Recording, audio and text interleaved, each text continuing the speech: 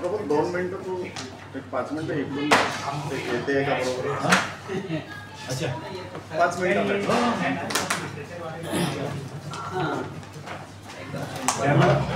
Recording चालू केलंय.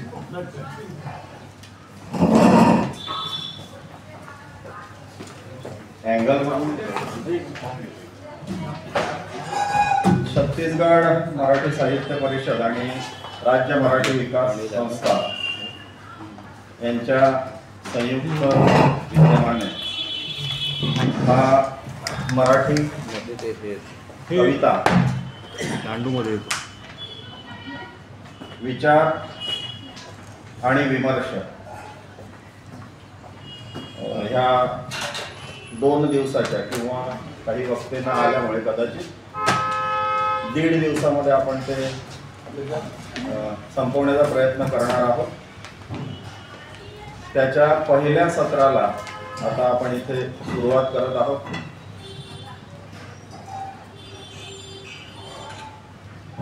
योगायोगाने काय म्हणतात, तुम्हारे कथनी हमारा सलाम संचालनच माझ्या हाती दिल्यामुळे नुकताच आमच्या एका मित्राचं परवाच एक पुस्तक प्रिंट होऊन आलेलं आहे. गणेश कनाटे मोझार्टचे रेक्विएम म्हणून.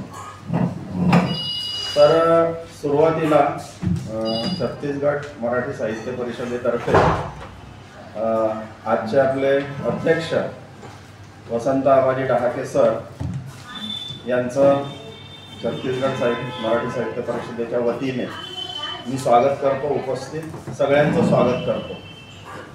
आणि एक थोडंसं आमचे मित्र कपूर वासनिक सरांना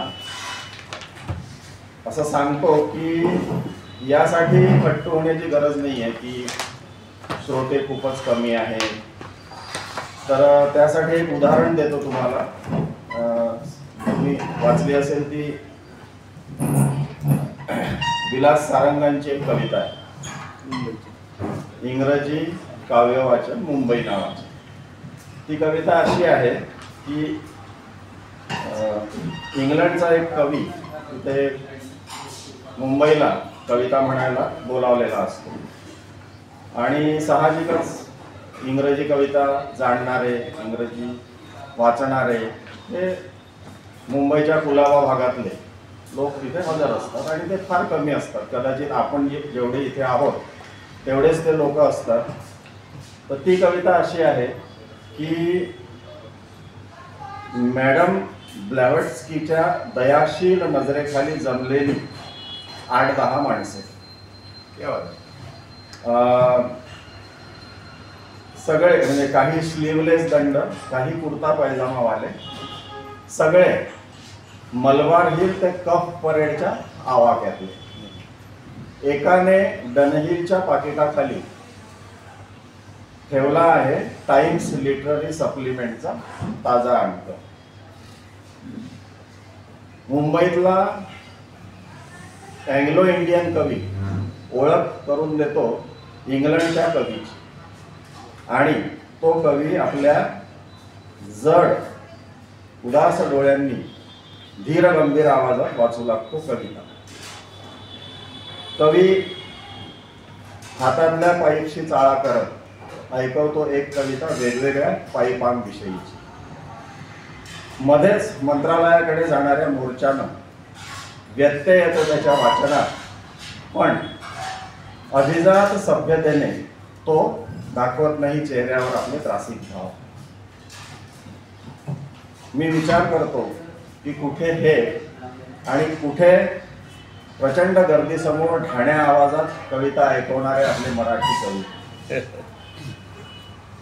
श्रोत्यांना वाटतं अतिशय समाधान की मिळाला उजाळा एका क्षीण होत चाललेल्या भाषिक संस्कृतीला या अशांत अराजकी उपखंडाच्या एका कडेला. त्या धर्तीवर मी म्हणतो की महाराष्ट्राची सीमा ओलांडून छत्तीसगडामध्ये एका क्षीण होणाऱ्या भाषिक संस्कृतीला तुम्ही उजाळा देत आहात.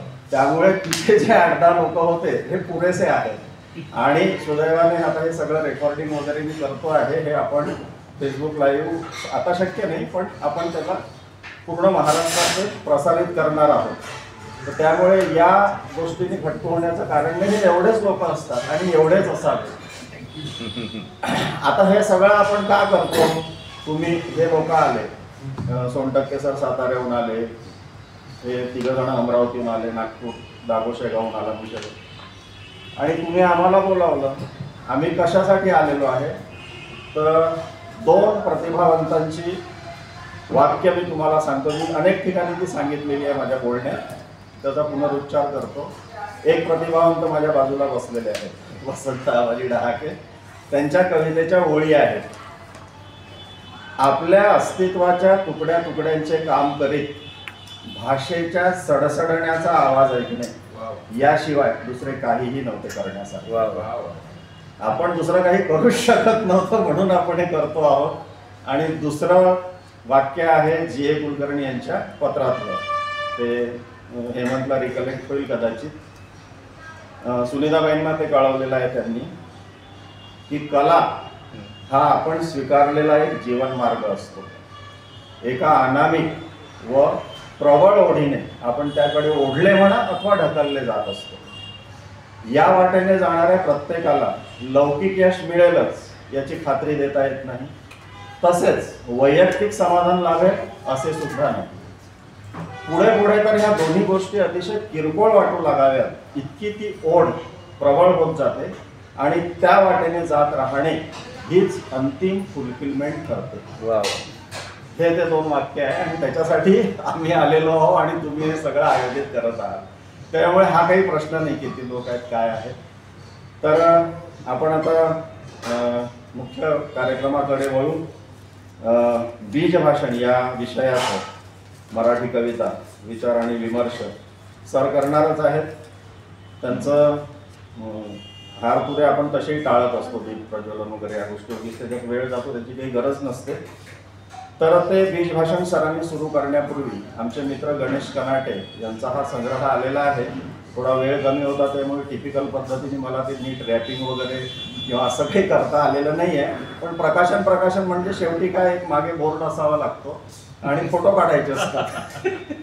तर ते विमोचन म्हणजे आता यालाच ते कव्हर समजायचं, ते सरांनी उघडायचं आणि त्याचं प्रकाशन आपण पहिले करू.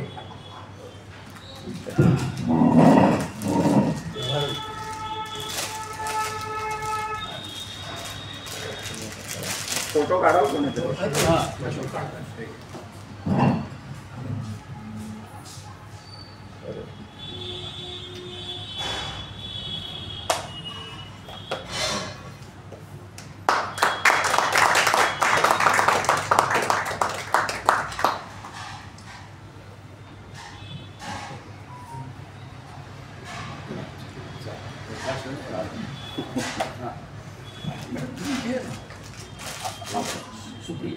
सुप्रिया इथे प्रफुल थंडी आहे का? इथे किंवा इकडनं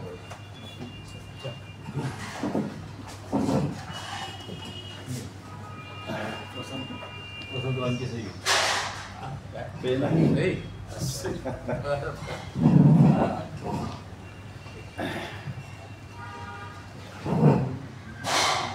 हे पहिलं प्रकाशन आहे. महाराष्ट्रात वेगवेगळ्या ठिकाणी याचे कार्यक्रम करायचेच आहेत, पण योगायोगाने परवा पुस्तक हाती आलं आणि येताना 5 प्रती मी आणलेल्या आहेत. ज्या कोण्या कवी मित्रांना, त्या मोजक्याच आहेत 5, एक तर प्रफुल्लनी घेतली आहे, ताब्यात रात्रीच घेतली होती. कोणाला लागल्या तर ते प्रकाशनाच्या दिवशी सवलत बिवलत जाहीर करतात, असं काही पद्धत असते. 275चा आहे, तुम्हाला 200 मध्ये मिळू शकेल. 300 मिळू शकते. मी नाशिकला जाहीर केली होती योजना की दरवेळी डिस्काउंटच का द्यायचा, सरचार्ज लावतो. आता सरांचं 1000चं पुस्तक होतं, ते 1001ला विकलं होतं तिथे, तर ते एकानेच घेतलं होतं. मात्र तिचे म्हणे आम्ही तुम्ही बुकिंग केलेलं आहे तर आम्हाला 750 तोच पाठवा. असं तो गमतीचा भाग आहे, तो काही मुद्दा नाही. काही अंक आणलेले आहे. महत्वाचा एक दिवाळी अंक, तेही मोजक्यात 3 प्रतीच आहेत फक्त. तुम्हाला कोणाला लागलं तर ते खरं तर मी तिथे एक डब्बा ठेवणार होतो की ते तुम्ही उचला, त्याची किंमत पहा, जेवढे टाकायचे तेवढे त्या डब्यात टाका असं करणार होतो. ते काही वेळेवर जमलं नाही. तर ते ठीक आहे, मला पाठवून द्या, भेटून द्या, कसंही करा, ते तुम्ही बघा. किंवा मित्रांसाठीच ते आणलेले आहेत. शेवटी पाणी आणखीन एक मला प्रश्न पडला की खरं म्हणजे मी असं मानभावीपणे नाही बोलत आहे, एवढे मोठमोठे अभ्यासक तुम्ही लोक अकॅडमिक याच्यातले खरंच इथे सगळे प्रफुल्ल मित्र जरी असला, हेमंत मित्र जरी असला, तरी त्यांच्या व्यासंगाचा आणि या सगळ्या गोष्टींचा, सुप्रियाचा सुद्धा ज्या याच्यामध्ये त्यांनी वाङ्मयाचा अभ्यास केला आहे, मी काही असा अभ्यासक वगैरे नाही आहे. तर त्यामुळे मला प्रश्न पडला जेव्हा कपूर सरांनी मला म्हटलं की नाही तू पण ये, ते म्हटलं मी करू काय तिथे, तर संचालन कर म्हणे. तर मला एकदम मराठीतले रसाळ संचालन करणारे आमचे मित्र आठवले एकदम. म्हटलं त्यांना सोडून मला कशाला बोलावत आहात? आमचा अजय नवाज राही, तो संचलनाचे 15-20 हजार घेतो. असंच याला जर बोलावलं असतं तर 15,000 चार्ज केले असते तर योगायोग असा आहे. मात्र म्हणजे मला थोडासा मग शंका आली कपूर सरांनी की आजच नेमकं तिकडे पुण्याला SNDT मध्ये संचालन कसे करावे ची कार्यशाळा सुरू आहे. बरोबर. तर कदाचित आता हे रेकॉर्डिंग होतेच आहे, तर त्या विद्यार्थ्यांना संचालन कसे करू नये हे उदाहरण देण्यासाठी कदाचित मला बोलावलं असेल सरांनी, असं मला एक शंका आहे. तर असो, आज आता या विषयाचं बीज भाषण म्हणून सरांनी आता थोडी अदलाबदल करावं लागेल खुर्च्यांची. तर सरांनी आता इथे बसावं. हां चालेल, तुम्हाला बोला सर. हां, या कार्यक्रमानिमित्त ओके, मग इथे बसता का तिथून? नमस्कार, आपल्या सर्वांचे स्वागत. याआधी थोडक्यात छत्तीसगड मराठी साहित्य परिषद आणि बिलासपूर बद्दल सांगायचं. 2002ला मी साहित्य परिषदेची स्थापना केली आणि लगेच अखिल भारतीय मराठी साहित्य महामंडळाला समाविष्ट संस्था म्हणून नोंदणी केली. त्यानंतर तुम्ही बघताच आहात परिस्थिती काय आहे. आम्ही निःशुल्क वाचनालयही सुरू केलं.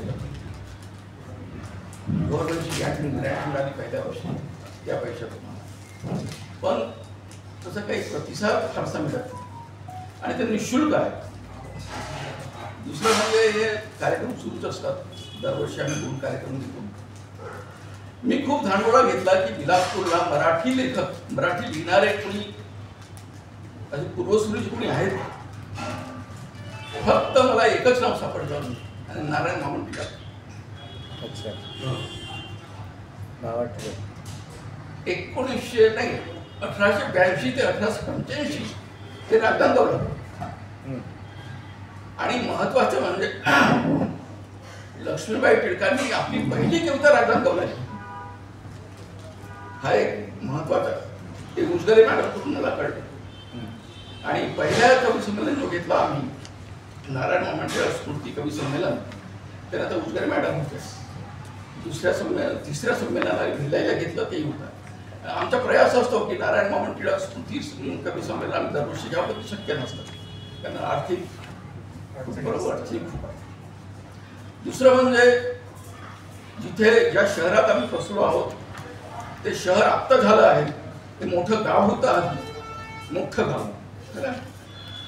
आता विशेषतः म्हणजे ज्यामुळे बिलासपूर ओळखलं जातं ते 3 S, सत्यदेव दुबे बिलासपूरचे, श्रीकांत वर्मा बिलासपूरचे आणि एक शंकरशेष बिलासपूरचे. मराठी नाटक शंकरशेष मूळचे मराठी. मराठीत लेखन फारसं नाही, हिंदीचे. पुन्हा एक फारसं लोकांना माहीत नाही, मुंजेचा जन्म इथे झाला. बॅरिस्टर म्हणजे बिलासपूरचा जन्म आहे त्यांना. दुबईची बिलासपूर. लहानपणी हो हो, जन्म इथला.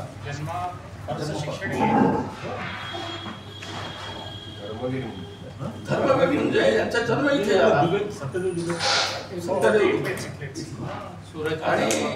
आणि चौथा यश म्हणजे आपण समारोपाला ज्यांनी बोलावलं असेल, समारोपात ज्यांना बोलावलं आहे सतीश जायस्वाल, हे म्हणजे पूर्ण भारतीय पातळीवरचे फार मोठे लेखक आहेत, वरिष्ठ लेखक आहेत. धर्मयुगपासून त्यांनी सुरुवात केली होती, आतापर्यंत त्यांनी ट्रॅव्हलात त्यांचे खूप प्रसिद्ध आहे.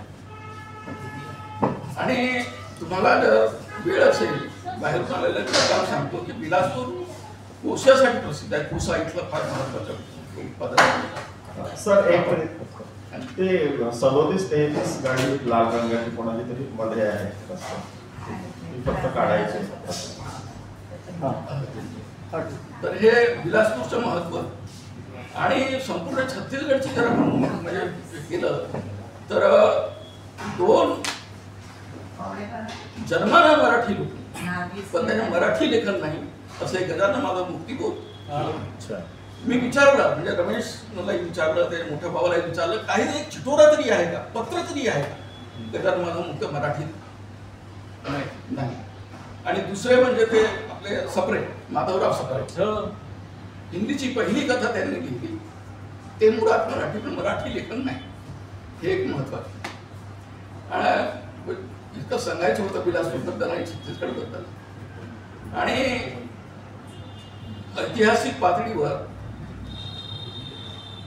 हे मराठ्यांचं राज्य इथं, भोसलेंचं राज्य इथं. आणि दुसरं एक आपले सेतुबाधावर पगडींनी एक उल्लेख केलाय आपल्या याच्यात की शिवाजी महाराज जे आग्र्याहून आले दक्षिण आहे तर ते या मार्गाने गेले रतनपूर, असा एक उल्लेख आहे सेतुबाधावर पगडी. इतकं मला सांगायचं होतं. कोशासाठी कोसा जर कोणाला घ्यायचा असला तर तिथून मला सांगा, घेऊन येईल. महत्वाच्या वेळी इथला कोसा फार प्रसिद्ध. त्याचं काय करायचं म्हणजे कापड आहे, कापड रेशम रेशम रेशम रेशम कापडच आहे. कापड त्याचे स्पेसिफिक दुकानं साड्या आहेत. कोसा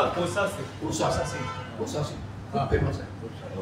आणि बरं आपलं पुन्हा एकदा स्वागत. आणि मला ते मुवमेंट द्यायची आहे ते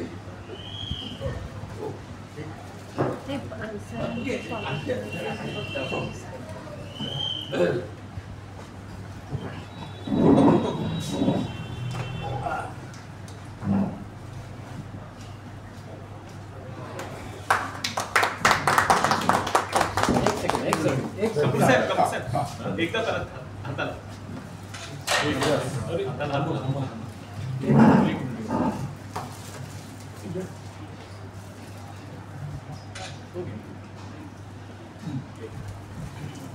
हे आर्ट इथलं फेमस आहे छत्तीसगडचं. विशेषतः बोली भाषा त्याला जाली आर्ट म्हणतात. जाळी जाळ्या आहेत. जाळी आहे, जाळीचा दुसरी अर्थ आहे. जाली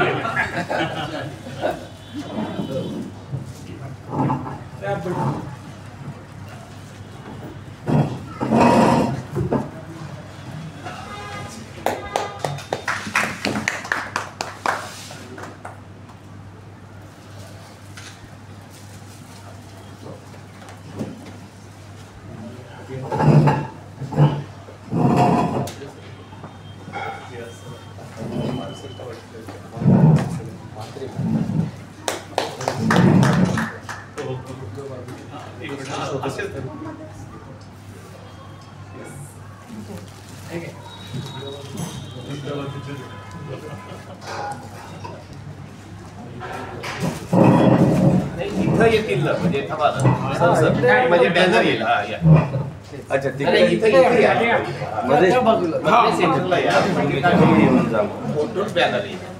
बरं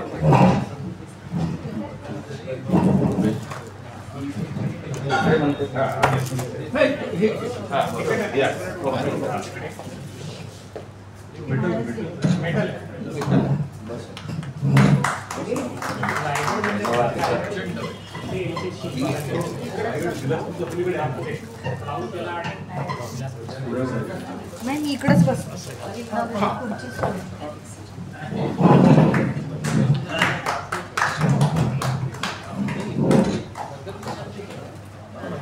ते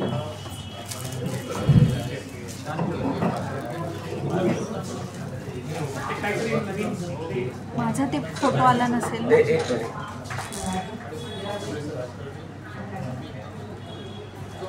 दोन मला चाकरी नाही.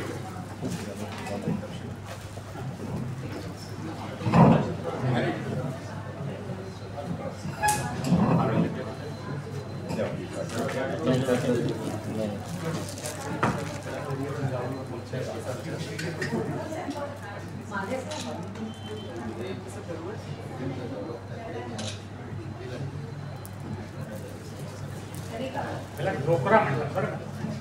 हे जे आर्ट ढोकरा आर्ट नाही, हे कशापासून बनवलं? हे मेटल आहे. मेटलची तारेने आकार दिलेला जाली आर्ट नव्हे काय? जाली असं बोली भाषेत म्हणतात, पण त्याचं खरं तुम्हाला पुस्तकात मिळते ढोकरा. हे आहे. तुझा फोटो राहिला ना इथं? हो. एक मिनिट वाचनीक सर, इथं तिला ते मोमेंट पुन्हा द्या म्हणजे खाली पहा पाय. मला गुगलवर मिळेल ढोकरा आर्ट. ढोकरा काय काय करायचं? इथे यायचं तुला. अरे हा हा फोटो राहिला. हो, तिला फार वाईट वाटत होतं की सरांना काही शाल श्रीफळ नाही का असं मला ती म्हणाली. म्हटलं ते आपले कार्यक्रम हार तुरे शाल श्रीफळ विरहित असतात ना, तर ते कपूरजींनी ते अडॉप्ट केलेलं आहे की ते काही करायचं नाही, सरळ कार्यक्रम सुरू करायचा. म्हणून कारण हे कोल्हापूरच्या लोकांना, आम्ही पंढरपूरला गेलो होतो सर आणि मी. आम्ही एक प्राध्यापक होते, त्यांनी घरी बोलावलं. म्हटलं बोलावलं जेवायला वगैरे. आम्ही गेलो. घरी गेल्यावर प्रत्येकाला, मी दिनकर मनोहर सर दागो होता मला वाटते, प्रत्येकाला शाल श्रीफळ फोटो, त्या मुलीने फोटो काढले, प्रत्येकाला शाल श्रीफळ घरात देऊन मग जेवायला बसवलं. तर ते कदाचित तिला त्याच्यावर तो परिणाम असा. जाधव सर होते ते, जाधव सर होते मराठीचे प्राध्यापक. तसा वसंतरावजी डहाके यांचा परिचय करून देणं हे थोडंसं आपल्या मराठी लोकांसाठी तरी एक हास्यास्पद प्रकार आहे. तरी सुद्धा काही नवे लोक असतील असं गृहीत धरून मी थोडं सांगतो की ज्येष्ठ मराठी कवी, लेखक, साहित्यिक या संज्ञेमध्ये बसणारे, म्हणजे त्या पलीकडचं मी सांगतो की 5वं ज्ञानपीठ द्यायचं झालं तर पटकन कुणाचं नाव तोंडावर यावं, तर ते सरांशिवाय आज दुसरं नाव महाराष्ट्रात नाही. हा पहिला भाग. तर कविता संग्रह सरांचे तुम्हाला माहीत आहे, त्यातले 3 मला अभिमान आहे. मी एकदा मोजले कोण्या प्रकाशकांनी किती काढले, तर माझीच संख्या जास्त भरली आहे. वाचाभंग, रूपांतर आणि कर्कवृत्त. कारण आधीचा जो काढला आहे योगभ्रष्ट, तो मौजेने काढलेला आहे. मग चित्रलिपी नंतर किंवा शुभवर्तमान मौजेने काढल्यानंतर चित्रलिपी लोकवाङ्मयाने. तर 1-1, 2-2 असेच आहे त्यांच्या नावावर. वर्णमुद्राच्या नावावर 3 आहे, म्हणजे हायेस्ट स्कोअर आपला आहे. आणि हिंदीचा जर धरला, मी इथे मुद्दाम एक प्रत हिंदी भाषकांसाठी आणलेली आहे.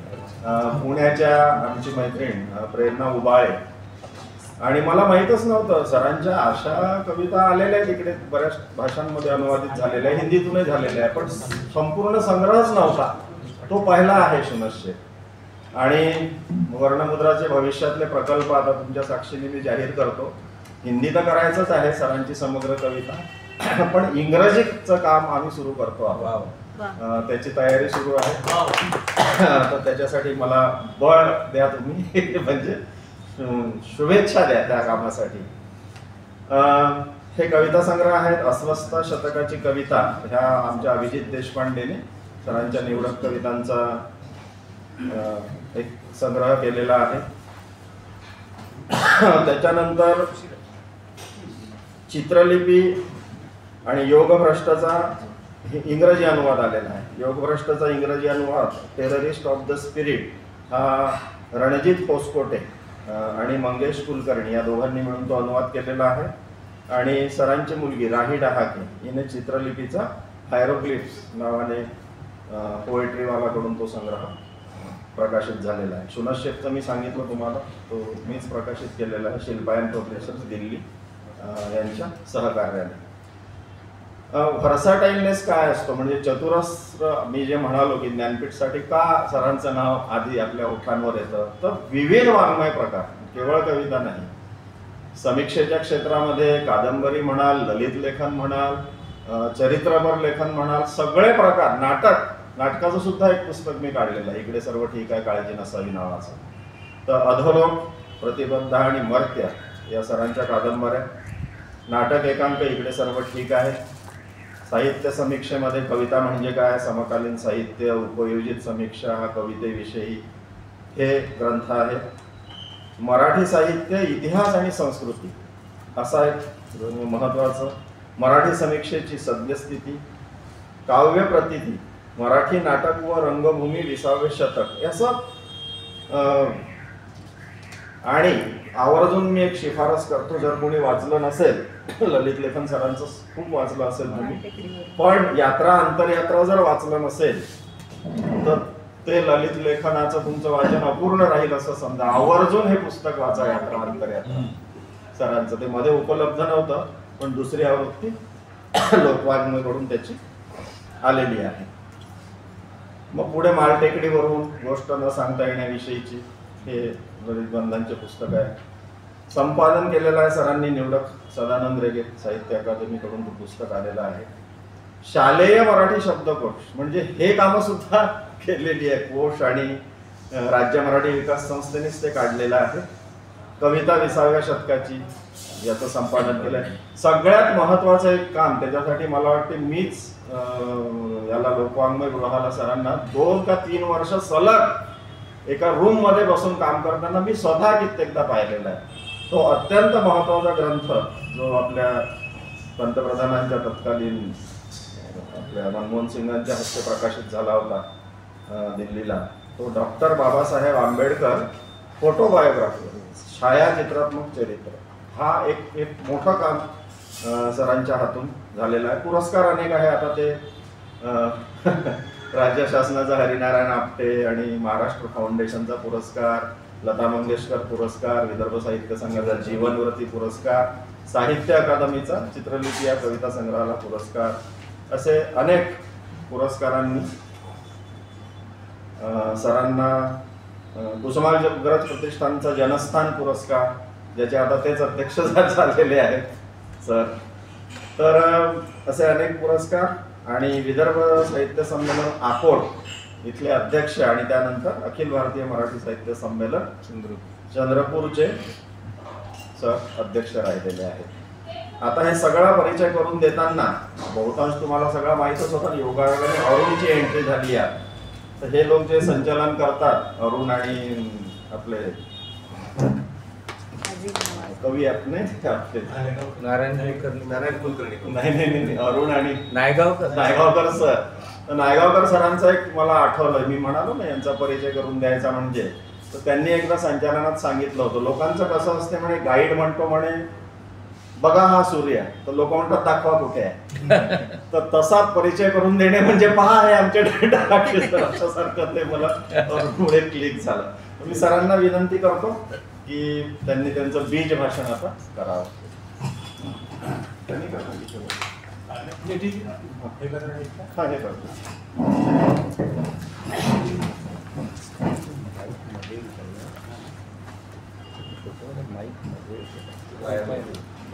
उपाय नाही, सगळे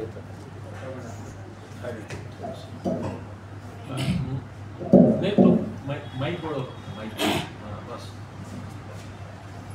नमस्कार. जवळ यावं लागेल, थोडं पुढे सांगतो. हां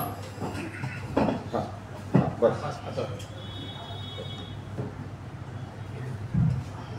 जगदीप कपूर यांच्या मनामध्ये फार वर्षांपासून अशा प्रकारचा एक परिसंवाद म्हणा, चर्चासत्र विलासपूरमध्ये व्हावं असं वाटलेलं आहे. काही महिन्यांपूर्वी ही शक्यता आता समोर दिसायला लागलेली आहे. तेव्हा त्यांनी मला कळवलं होतं की असं असं चर्चासत्र आपल्याला घ्यायचं आहे आणि ते बिलासपूरमध्येच घ्यायचं आहे. छत्तीसगड मराठी साहित्य परिषदेतर्फे ते व्हायचं आहे. तर आपण सहकार्य करा. मी म्हटलं अतिशय आनंदाची गोष्ट आहे. मराठी भाषा महाराष्ट्रातच आणि महाराष्ट्रातच सगळे कार्यक्रम सेमिनार असे काही नाही. बाहेर मराठी बांधव आहेत, मराठी भाषक आहेत. तर आपण छत्तीसगड मराठी साहित्य परिषद ही महाराष्ट्राच्या साहित्य संमेलनाशी निगडीत आहे, महामंडळाशी निगडीत आहे. त्यामुळे हे चर्चासत्र आपण घेऊ आणि ते यशस्वी करू. त्यानुसार आज आपण इथे भेटतो आहे. मला त्यांच्या जिद्दीचं आणि एकूण परिश्रमाचं कौतुक करावंसं वाटतं. रवी कपूर यांनी या भागामध्ये मराठी भाषा आणि साहित्य या दोन्ही गोष्टींसाठी काम करावं हे नितांत अभिमानाची अशी गोष्ट आहे. आता या चर्चासत्रासाठी आम्ही लोकांनी नावं सुचवली होती. ते सगळे बहुतेक उपस्थित झालेले आहेत आणि महत्त्वाची गोष्ट म्हणजे त्यांनी लिहिलेले निबंध इथे उपस्थित आहेत. एरवी लोक येतात, निबंध नसतात. म्हणजे किती काटेकोरपणे या सगळ्या गोष्टीकडे त्यांनी पाहिलेलं आहे. या हॉलमध्ये प्रवेश केल्यानंतर एकदम सेमिनारचं वातावरण तयार झालेलं आहे असं दिसून आलं. ही सगळी बैठक व्यवस्था सेमिनारसाठी केली जात असते. त्यामुळे मन अतिशय प्रसन्न आहे. जी काही तूट जाणवते म्हणजे फार श्रोते नाही, ते महत्त्वाचं नाही आहे. जेवढे जिज्ञासू आहे, रसिक आहेत, ते थोडेसे असले तरी पुरेसे असतात. खरं तर आमचं हे चर्चासत्र कालपासूनच सुरू झालेलं आहे. कारण काल रोमॅन्टिसिझम, मराठीतली रोमॅन्टिक कविता यावर ते जाहीर नव्हतं, आमची आपसातच बोलत होतो. परंतु आपल्या लक्षात येतं की मराठी कवितेची ही पाळंमुळं कुठपर्यंत आहेत आणि त्याचा शोध घेणं हे आपलं कसं कामच आहे हे सगळ्या लोकांच्या बोलण्यातून दिसून येतं. आपल्या आजच्या या चर्चासत्राच्या विषयामध्ये 2 विषय राहिलेले आहेत. ते एक म्हणजे मराठीतली आधुनिक समजली जाणारी पण प्रत्यक्षातली रोमॅन्टिक कविता आणि दुसरा विषय म्हणजे 60 पूर्वीची कविता, 60ओत्तरी कविता, 90ओत्तरी कविता, 21व्या शतकातील कविता या विषयावर निबंधवाचक आपलं निबंध वाचणार आहे. तर मी असा विचार केला तर की मग बीजभाषण असं एक तात्विक स्वरूपाचं किंवा आढाव्याचं घेण्यापेक्षा आपण या विषयापैकी एखादा विषय घेऊन त्यावर बोलू. प्रत्यक्षात हे माझं भाषण जे आहे ते बरंच मोठं आहे. मी सारांश आणि तुम्हाला सांगणार आहे. तर खरी सुरुवात आपली जी झाली आहे आधुनिक मराठी कवितेची, त्या संदर्भात 2 नावं घेतली जायला पाहिजे. एक म्हणजे महात्मा ज्योतिबा फुले यांनी जे अभंगाच्या पद्धतीनं अखंड लिहिले ते मराठीतली नवी सुरुवात होती. ईश्वराच्या आराधनेमध्ये अभंग लिहिले साधू संतांनी आणि आपला आत्मीय भाव त्यात व्यक्त केला. पण जनकल्याणासाठी, तळागाळातल्या लोकांसाठी अखंड लिहिले ते महात्मा ज्योतिबा फुले यांनी. स्वाभाविकच ही कविता पूर्वी नव्हती, त्यामुळे ते पहिले कवी किंबहुना पहिले आधुनिक कवी असं म्हणता येईल. आणि दुसरे आधुनिक कवी अर्थातच केशवसुत आहे. रोमॅन्टिसिझम हा जरी युरोपात निर्माण झालेला असला तरी त्याचा प्रभाव युरोपातल्या अनेक देशांमध्ये असला तरी प्रत्येक देशातला रोमॅन्टिसिझम वेगवेगळा आहे. म्हणजे फ्रेंच रोमॅन्टिसिझम वेगळा आहे, इंग्लिश वेगळा आहे, या प्रकारे जर्मन रोमॅन्टिसिझम वेगळा आहे. तर भारतामध्ये सुद्धा पहिल्यांदा रोमॅन्टिसिझमचा प्रभाव बंगाली कवितेवर पडलेला आहे. मायकेल मधुसूदन दत्त हे त्यातले महत्त्वाचे कवी मानले जातात आणि ते प्रभावित होते ते फ्रेंच प्रतिमावादी कवींच्या कवितेने. त्यामुळे आपण असं म्हणूया की भारतामध्ये पहिल्यांदा रोमॅन्टिसिझमचा शिरकाव जो झाला आहे तो बंगाली भाषेमध्ये झालेला आहे. आणि त्या काळामध्ये महाराष्ट्राचा आणि बंगालचा फार जवळचा संबंध होता. बाळशास्त्री जांभेकर यांच्या नियतकालिकांची नावं बंगाली वृत्तपत्रांची आणि मासिकांच्या पासून घेतलेली आहेत. काल मित्र हे आडनाव सुद्धा तिकडूनच घेतलेलं आहे. आणि एकंदरीतच जो काही विचार चाललेला होता त्यावेळी त्यामध्ये बंगाल अग्रेसर होता आणि महाराष्ट्र त्याच्या मागे पावलं टाकत होता असं आपल्याला दिसून येतं. त्यामुळे मराठीमधला जो काही रोमॅन्टिसिझम आहे केशवसुतांचा, हा जर आपण पाहायला लागलो तर इथे निव्वळ स्वप्नाळू वृत्ती कुठेतरी चल असं नाही आहे. केशवसुतांच्या कवितेमध्ये प्रत्येक क्षणी आपण पारतंत्र्यात आहोत याची तीव्र जाणीव. साधी संध्याकाळ पाहता पाहता ते म्हणतात,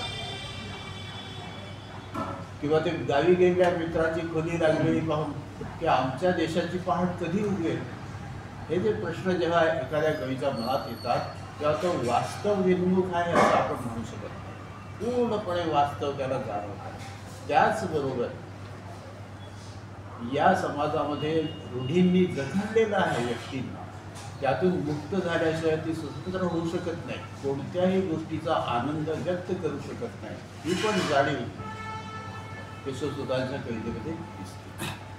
रोमॅन्टिसिझमच्या प्रभावातील पहिले कवी केशवसुत हे पूर्णपणे भारतीय कवी आहेत आणि अधिक जास्त सांगायचं तर ते शुद्ध मराठी कवी आहेत. रोमॅन्टिसिझमपासून प्रेरणा त्यांनी घेतलेली आहे आणि अशी प्रेरणा घेतलेले स्वतःचं सत्व असलेले कवी दुसरे म्हणजे बालकवी आहे. बालकवीची कविता निसर्गातल्या झाडांचं वनस्पतींचं वर्णन नाही, त्यामधून त्यांना जाणवणारा जो भाव आहे तो ते व्यक्त करत असतात. दुसरं आकलन आता नवं आहे. रोमॅन्टिसिझम जगातल्या रोमॅन्टिसिझमकडे जे पाहिलं जातं आत्ता, त्यावेळी युरोपामध्ये औद्योगिक संस्कृतीची सुरुवात झालेली होती आणि या औद्योगिक संस्कृतीने आकाश काळवंडू लागलेलं होतं. म्हणून या कवींनी किंवा कलावंतांनी तो निसर्ग, शेतीवाडी, फुलं, त्यात काम करणारी माणसं यांच्याविषयी जिव्हाळ्याने लिहिलेलं आहे आणि चित्रकलेमध्ये त्यांनी चित्र काढलेली आहे.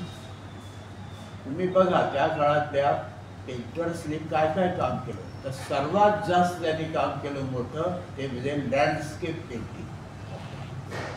गावाबाहेर जायचं, चित्र काढायची आणि पण त्यांचं लँडस्केप म्हणजे हुबेहूब चित्र नाही, त्यांच्या मनामध्ये जो काही भाव होता तो त्यात मिसळला आहे. विन्सेंट व्हान गॉगची पेंटिंग बघा, ती निव्वळ झाडाझुडांची नाही तर जाणीवा, भावना, विचार आणि आतली पिळवळ या सगळ्यांची त्यामध्ये आपल्याला दिसते. म्हणजे तो काळ होता त्या काळात, त्या भागामध्ये युरोपामध्ये औद्योगिक संस्कृतीची सुरुवात झालेली असताना कवींनी, कलावंतांनी दिलेली ही प्रतिक्रिया. आपल्याकडे प्रतिक्रिया देण्यासाठी दोन विषय, एक म्हणजे आपलं पारतंत्र्य आणि दुसरं म्हणजे आपलं रूढींनी जखडलेलं. या दोनही गोष्टी मराठीमधल्या रोमॅन्टिसिझममध्ये आढळतात. यानंतरचा जो कालखंड आहे तो हळूहळू कुठलाही काव्याचं कोणतंही क्षेत्र असो की एखादा बहर असलेला काळ असतो, बहर असतो त्या काळात, मग ते उतरती काळा लागते आणि त्या मूळ जाणीवांपासून कवी लोक दूर दूर जाऊ लागतात. हा जो भाग झाला तो रविकिरण मंडळाच्या काळात आणि त्यामुळे तिथे वेगवेगळे छंद, वेगवेगळ्या पदबंध या प्रयोगांकडे, खंडकाव्य इत्यादी गोष्टींकडे ते वळले, पण मूळ जे सत्व होतं ते मात्र हळूहळू निष्ठ दिसू लागलेलं होतं. अशा काळामध्ये काही कवी साधारण 1935च्या आसपास, त्यामध्ये आत्माराम रावजी देशपांडे उर्फ अनिल, पुरुषोत्तम शिवराम रेगे, इंदिरा संत, वा रा कांत आणि कुसुमाग्रज हे कवी या कालखंडामध्ये कविता लिहू लागले. साधारण 35 ते 42 हा जर काळ आपण पाहिला तर ह्या सगळ्या कवींचे पहिले कविता संग्रह प्रकाशित झालेले दिसतात आणि त्यामध्ये 42चा संग्रह म्हणजे कुसुमाग्रजांचा विशाखा. आता या सगळ्या कवींना रोमॅन्टिसिझममधून सुटायचं होतं, नवं काहीतरी व्यक्त करायचं होतं आणि ते व्यक्त करण्यासाठी आवश्यक ती भाषा हवी होती. या भाषेचा शोध जसा अनिलांनी घेतला, तसा पुशिरेग्यांनी घेतला आणि तसा कुसुमाग्रजांनी देखील घेतला आहे हे आपल्याला दिसून येईल. हा कालखंड एक काही काळामध्ये नव्या जाणीवांची, नव्या प्रेरणांची, नव्या संवेदनांची कविता अशा प्रकारचा हा आपल्याला दिसतो. त्यामुळे मुक्तिबोधांनी पहिले नवकवी कोण तर अनिल असं म्हटलं. आता खरोखर पहिले नवकवी अनिल की आणखी कोण या चर्चेत किंवा वादात तसा फारसा वाङ्मयामध्ये काय असतं, श्रेय कुणाला द्यायचं यावर होत असतात वादविवाद, परंतु वेगळ्या जाणीवा व्यक्त करू लागलेले होते आणि किती भिन्न प्रकारची कविता अनिल लिहित होते. इकडे फुलवात अत्यंत नाजूक म्हणजे केळीचे बाग सुटले आहेत अशा प्रकारची कविता ते लिहितात आणि दुसरीकडे भग्न मूर्तीसारखं काढतात, ज्यामध्ये आपली संस्कृती हळूहळू ऱ्हासाला कशी चाललेली आहे याबद्दलची वेदना आणि खंत ते व्यक्त करतात. दीर्घकाव्य. आणखी एक सांगायचं म्हणजे भग्नमूर्तीची पहिली आवृत्ती निघाली ती मध्य प्रदेशात खंडवा नावाच्या गावी आणि ते त्याचा टाईप बघा, मुखपृष्ठ बघा. त्या काळामध्ये त्या प्रस्थानी महाराष्ट्रातून टाईप आणला होता आणि ते पुस्तक तयार केलं होतं हार्ड बाउंड. आमच्या मनोज पाठकांचं आम्ही कौतुक करतो कारण प्रत्येक पुस्तक हार्ड बाउंड. तर भग्नमूर्ती हे पुस्तक पाहण्यासारखं आहे अगदी. ते पुस्तक भग्नमूर्तीसारखी कविता अनेकांनी लिहिली. त्यामुळे ज्येष्ठ कवी, आधुनिक जाणीवांची अगदी सुरुवात करणारे कवी असं आपण म्हणायला हरकत नाही. पण प्रत्येक कवी कसा वेगळा. एकीकडे अनिल सामाजिक जाणीवांची कविता लिहितात, प्रेम कविता लिहितात आणि तुळशी रेगे यांचं भाषा लावण्य विलक्षण आहे. नवीच भाषा घडवतात आणि इतके नाजूक जाणीव व्यक्त करणारी ती भाषा असते. साळुंकी वारा हा शब्द कधी ऐकलेला नव्हता आपण. साळुंकी वाऱ्याचे लाज भिऊ शेले, काय कविता आहे नाही का. तर असं तुळशीरेग्यांचं भाषा लावण्य आणि त्या जाणीवा.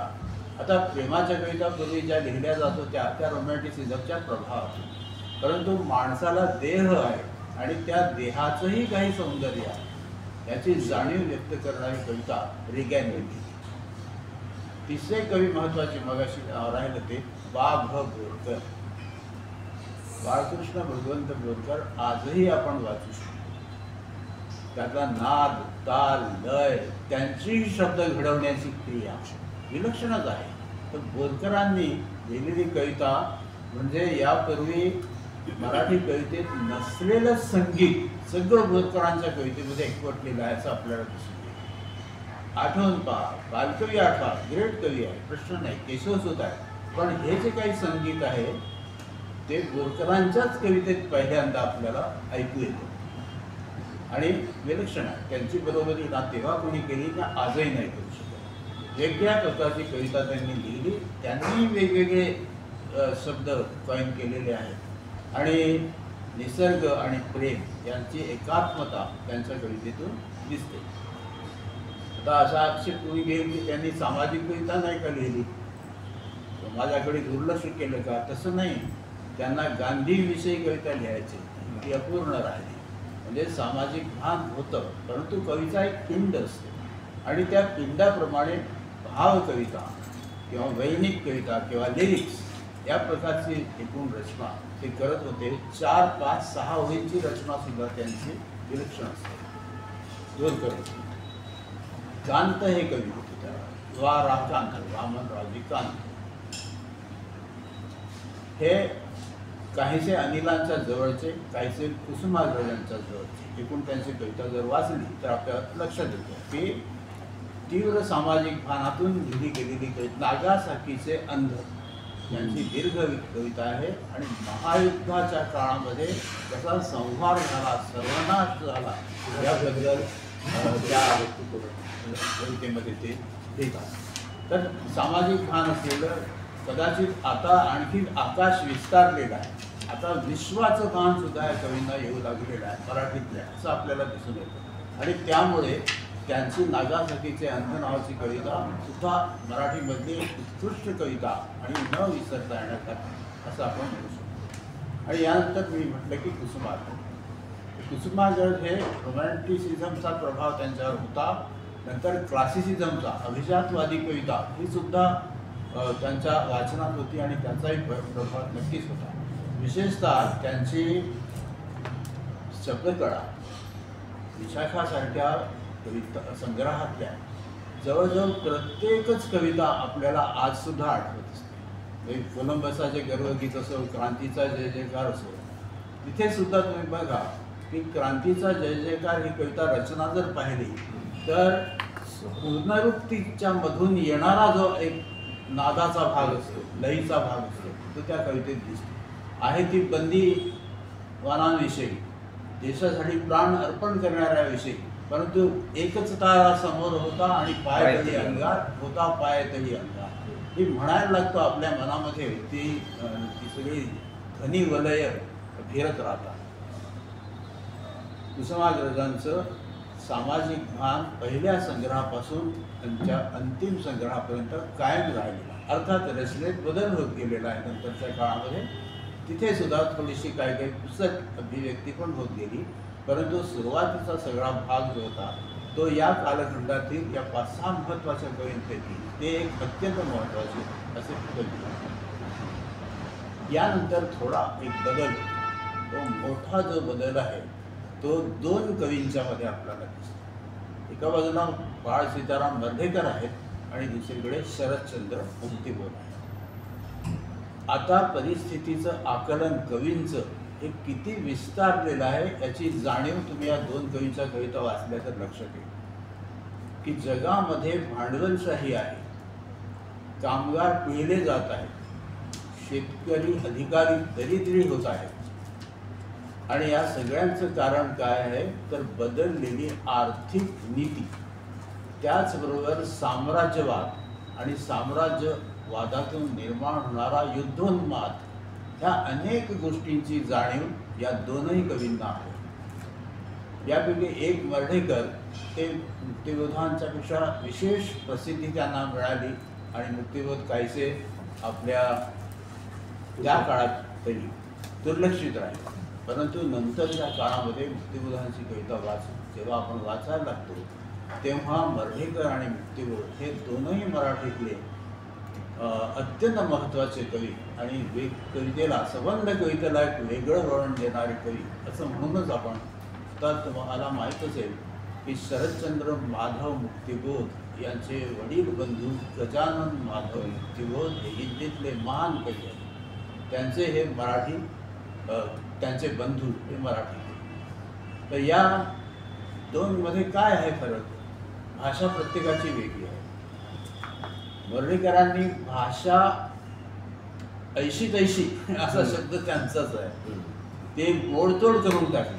कारण आंतरिक मोडतोड जी आहे या नव्या काळामध्ये होणारी, ती आंतरिक मोडतोड त्यांच्या भाषेतून व्यक्त होत गेली. या उलट काहीतरी संघटित करायचं आहे, निर्माण करायचं आहे, घडवायचं आहे, ही मुक्तिबोधांच्या कवितेमध्ये जाणीव आहे. त्यामुळे त्यांची भाषा सुगठित आणि सुघटित अशी आहे. या 2 भाषांमध्ये सुद्धा कवीचा पिंड आपल्याला कळतो. असं सर्वपटपणे म्हटलं जातं की वर्धेकर हे निराशावादी कवी आहेत, मुक्तिबोध आशावादी कवी आहेत. हे असं काही बरोबर नसतं. ही जी लेबलं लावली जातात ती अत्यंत आकुंचित असतात. वर्धेकरही निराशावादी नाहीत किंवा मुक्तिबोध आशावादी आहेत पूर्णपणे, असं नाही. त्या काळावरचं जे भाष्य आहे त्या दोघांनी वेगळ्या पद्धतीनं केलं. वर्धेकरांचा संबंध कवितेत भांडवलशाहीची चिरफाड उसवून टाकली आहे त्यांनी. कामगारांच्या विषयी त्यांनी लिहिलं आहे. नंतर शुभ्र खादीबंद शेड पण कुठं उभा आहे तो युद्ध साहित्याच्या कविताटाचा. म्हणजे तत्कालीन राजनीती, अर्थनीती, समाजनीती या सगळ्यांचं विश्लेषण वर्धेकरांच्या कवितेमध्ये दिसतं. पण त्याचबरोबर आणखी एक गोष्ट जी आत्तापर्यंत फारशी मराठी कवितेत नव्हती, ती म्हणजे माणसाची आध्यात्मिक ओढ. आज एक प्रकारची इथे कोणती एक ईश्वर वगैरे नाही आहे, पण या पलीकडे काहीतरी वेगळं आणि विलक्षण आहे अशी एक जाणीव वर्धेकरांच्या कवितेत आपल्याला दिसते. आता या 2 गोष्टी लक्षात घेतल्यानंतर वर्धेकर हे निराशावादी कवी होते असं म्हणण्यात काहीच अर्थ नाही. ते दाखवतायत की हे जग हे या प्रकारचं जग आहे. त्यामुळे त्यांची भाषाही तशी आहे की पहाटेच्या वेळी मुंबई शहरामध्ये हिंडत असताना सगळे रस्ते सुने आहेत, एकही वाहन जात नाही कोणी. पण कवीला आजकाल की थोड्याच वेळाने सगळं ते एक गलबला तयार झालेले अजून जिवंत माणसांची दंगल सुरू होईल असं ते. तर असे एक शहरीकरणाची, महानगरीकरणाची, नंतर भांडवलशाहीची, यंत्रयुगाची, या सगळ्यांची जी काही टिपणं किंवा स्पंदन आहे ती बर्डेकरांच्या कवितेमध्ये उमटलेली दिसतात. आणि त्याचबरोबर आपल्याला युक्तिबोधांच्या कवितेमध्ये नव्याने पृथ्वी घडवता येईल असा एक विश्वास दिसतो. आणि तो विश्वास त्यांच्या सर्व कवितांमधून आपल्याला पाहायला मिळतो. त्यांची नवी मळवाट हा संग्रह आहे, त्यानंतर यात्रिक आहे, त्यात तो अधिक व्यापक स्वरूपाचा अशा प्रकारचा संग्रह आहे. या दोन कवींच्या नंतर या काळामध्ये आणखी काही, पण या दोन लोकांच्या वृत्तीहून पूर्ण भिन्न. आता एक नवी जाणीव आपल्याला अशी दिसते की शेवटी कविता काय आहे तर भाषिक रचना आहे. म्हणजे भाषेतून आपल्याला नुसते भावच आपण व्यक्त करत नाही, विचारही व्यक्त करतो, कल्पनाही व्यक्त करतो. मग भाषेची क्रीडा पण करायला पाहिजे. भाषा वेगवेगळ्या प्रकारे कशी वापरता येईल आणि अचाट कल्पनाशक्तीसुद्धा भाषेतून व्यक्त होऊ शकते याची जाणीव असलेला एक कवी उदयाला आला, तो म्हणजे सदानंद रेगे. सदानंद रेगे ह्यांची एकंदरीत सबंध कविता वाचल्यानंतर तुम्हाला असं दिसेल की ही कोणती संस्कृती आहे. म्हणजे इथे बायबलमधले आहेत, ग्रीक पुराणातले आहेत, भारतीय पुराणातले उल्लेख आहेत, मिथ्स आहेत, कथा आहेत, त्या अनेक संदर्भ आहेत, चित्रांचे संदर्भ आहेत, चित्रकारांचे संदर्भ आहेत, कवींचे, नाटककारांचे, सारख्या नाटकाची, असे विविध संदर्भ आहेत. म्हणजे असं आहे की फ्युजन झालं आहे. सदानंद आजचा शब्द वापरायचा झाला तर सदानंद रेगे यांच्या कवितेमध्ये पौर्वात्य आणि पाश्चात्य या दोन संस्कृती आणि साहित्याचं एक प्रकारे फ्युजन आहे आणि त्यातून त्यांची जी कविता निर्माण होते ती अत्यंत विलक्षण. म्हणजे साधी साधी कल्पना आहे की काहीतरी लिहिलं जातं, पुसतं, पुसून टाकतं, काय उरलं ते कृष्ण उरलाय, डस्टर उरलाय, काय उरलं नाही. एक बारीकशी कल्पना आहे. पण कसं आहे की लिहिलेलं सगळं पुसल्यानंतर फक्त पुसण्याची वस्तूच शिल्लक राहते, बाकी काही शिल्लक राहत नाही असं ते म्हणतात. त्यांच्या मृत्यूविषयीच्या कविता अत्यंत खोल भान असलेलं मृत्यूविषयीचं आणि जगण्याविषयीचं हे रेगे यांच्या कवितेत आपल्याला दिसतं. आणि हाही कवी नास्तिक होता, निराशा होता असं काही नाही. त्याच कवीने म्हटलं आहे ना की देवापुढे दिवा असू द्या, एवढाच काळोख उजळेल. पण इथे आपण काय लक्षात घेतो ते लिहिणं ते बरोबर आहे की काळोखच एवढा झालेला आहे की जरा थोडासा प्रकाश आपल्याला आधार द्यायला हे दाखवतात, ते नकारात्मक दाखवतात. आणि त्यांच्या कवितेमध्ये एक प्रकारे विदूषक लपलेला आहे आणि तो त्या सगळ्या चांगल्या चांगल्या गोष्टींची टिंगल करत असतो. त्या मागे सुद्धा हीच असते की माणसं आता हळूहळू बदलत चालली आहे, जग बदलत चाललेलं आहे, श्रद्धाविषय राहिलेले नाहीत, असं एक खास वातावरण त्यांच्या निरीक्षणास येतं आणि त्यातून या प्रकारची कविता निर्माण होतात. यातले आणखी एक दोन कवीचं स्मरण मी करतो, ते म्हणजे विंदा करंदीकर. एक परंपरा अशी जर आपण मानायची झाली तर शरदचंद्र मुक्तिबोध, विंदा करंदीकर, अमर शेख, नारायण सुर्वे असं आपल्याला एक दाखवता येऊ शकतं. ते कशासाठी तर जी बदलाची जाणीव मुक्तिबोधामध्ये आहे ते अधिक तीव्र करंदीकरांमध्ये झाली आणि त्यांनी यंत्रांचा स्वीकार केला आहे. बर्डेकरांनी यंत्राने कसं भरडलं जातं जगणं हे दाखवलं आहे, परंतु ये यंत्र असं स्वागत. त्याचबरोबर जनतेवर प्रचंड विश्वास असलेले प्रख्यात गाणं काय आहे, ती जनता अमर आहे, ही विंदा करंदीकरांची कविता आहे. म्हणजे माणूस घडवू शकतो अशी तीव्र जाणीव. दुसरं कवितेच्या संदर्भात आता आणखी जागरूकता. मगाशी सांगितलं की भाषा लक्षात घेत आहे, आता पदबंध वेगवेगळे कसे करता येतील? मुक्तसुरिते, तालचित्रे, अभंग, आततायी अभंग, वात्रटिका या सगळ्या गोष्टी हळूहळू कवितेमध्ये येऊ लागल्या. आणि करंदीकरांनी अशा प्रकारचं, आता याला प्रयोगशीलता म्हणता येईल.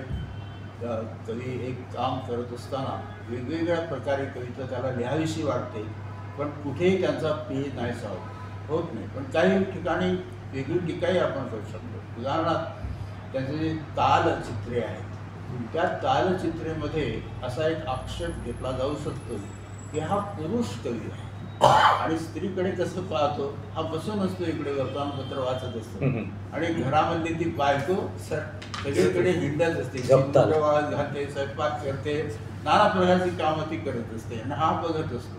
तर हा जो काही भाव आहे तो आजकाल स्त्री स्वातंत्र्यवादी लोकांना काही फारसा पसंत पडत नाही. पण आपण छंदाचं किंवा तालाचं कौतुक तरी किती करायचं, त्यातला आशय जर या प्रकारचा असेल. पण तो हा एक वेगळा, म्हणजे सामाजिक विश्लेषण करत असताना काही त्रुटी त्यांच्या कवितेत जाणवतात, हे खरं आहे. दुसरे कवी म्हणजे मंगेश पाडगावकर.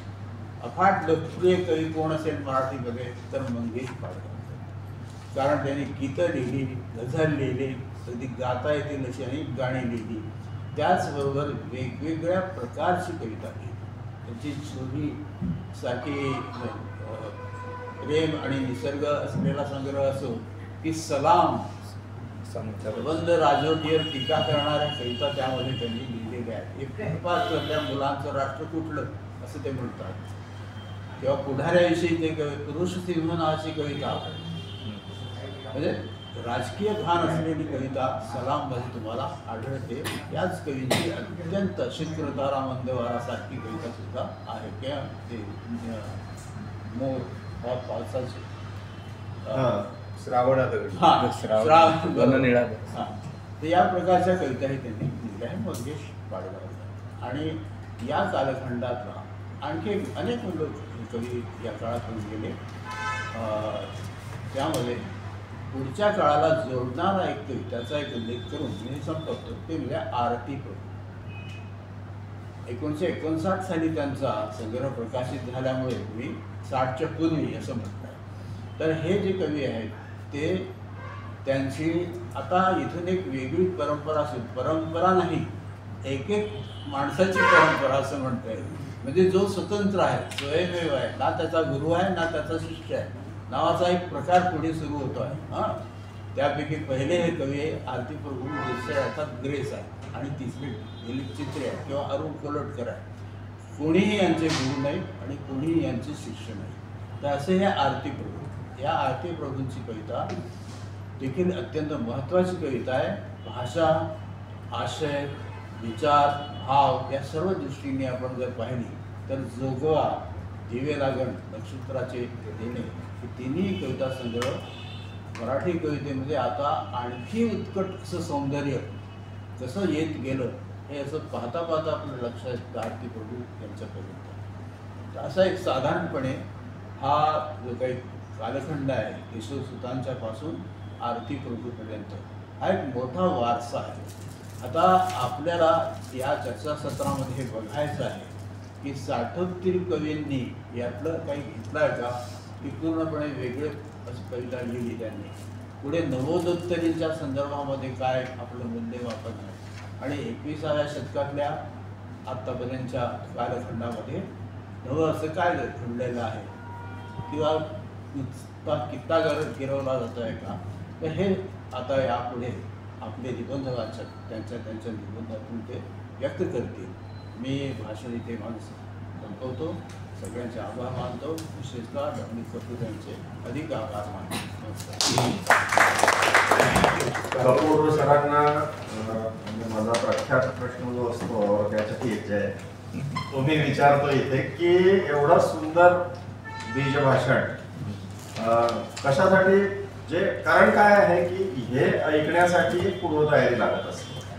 आता छत्तीसगड सारख्या राज्यात तुम्ही मराठी प्रांतापासून अनेक वर्षांपासून तुटलेले आहात आणि ही अकॅडमिक तयारी सगळ्यांची असू शकत नाही. त्याच्यामुळे लोक कमी येतात, मोठे येतात, याची अजिबात खंत बाळगण्याची गरज नाही. आपण हे रेकॉर्डिंग करतो हे जेव्हा महाराष्ट्रावर जाईल तेव्हा ह्याचं महत्त्व कळेल आणि इतकं महत्त्वाचं काम तुम्ही करता आहात. तर आधीच मी सरांचे आभार तर मानलेलेच आहेत, पुन्हा यासाठी मानतो आहे की नागपूरला 15 दिवसापूर्वी आम्ही एकत्र होतो. सर, मी विदर्भ साहित्य संघाचा कार्यक्रम होता आणि आता सरांना तुम्ही चालताना पाहिलं असेल, एक पाय ओढावा लागतो, उचलावा लागतो, कष्टाने पायऱ्या.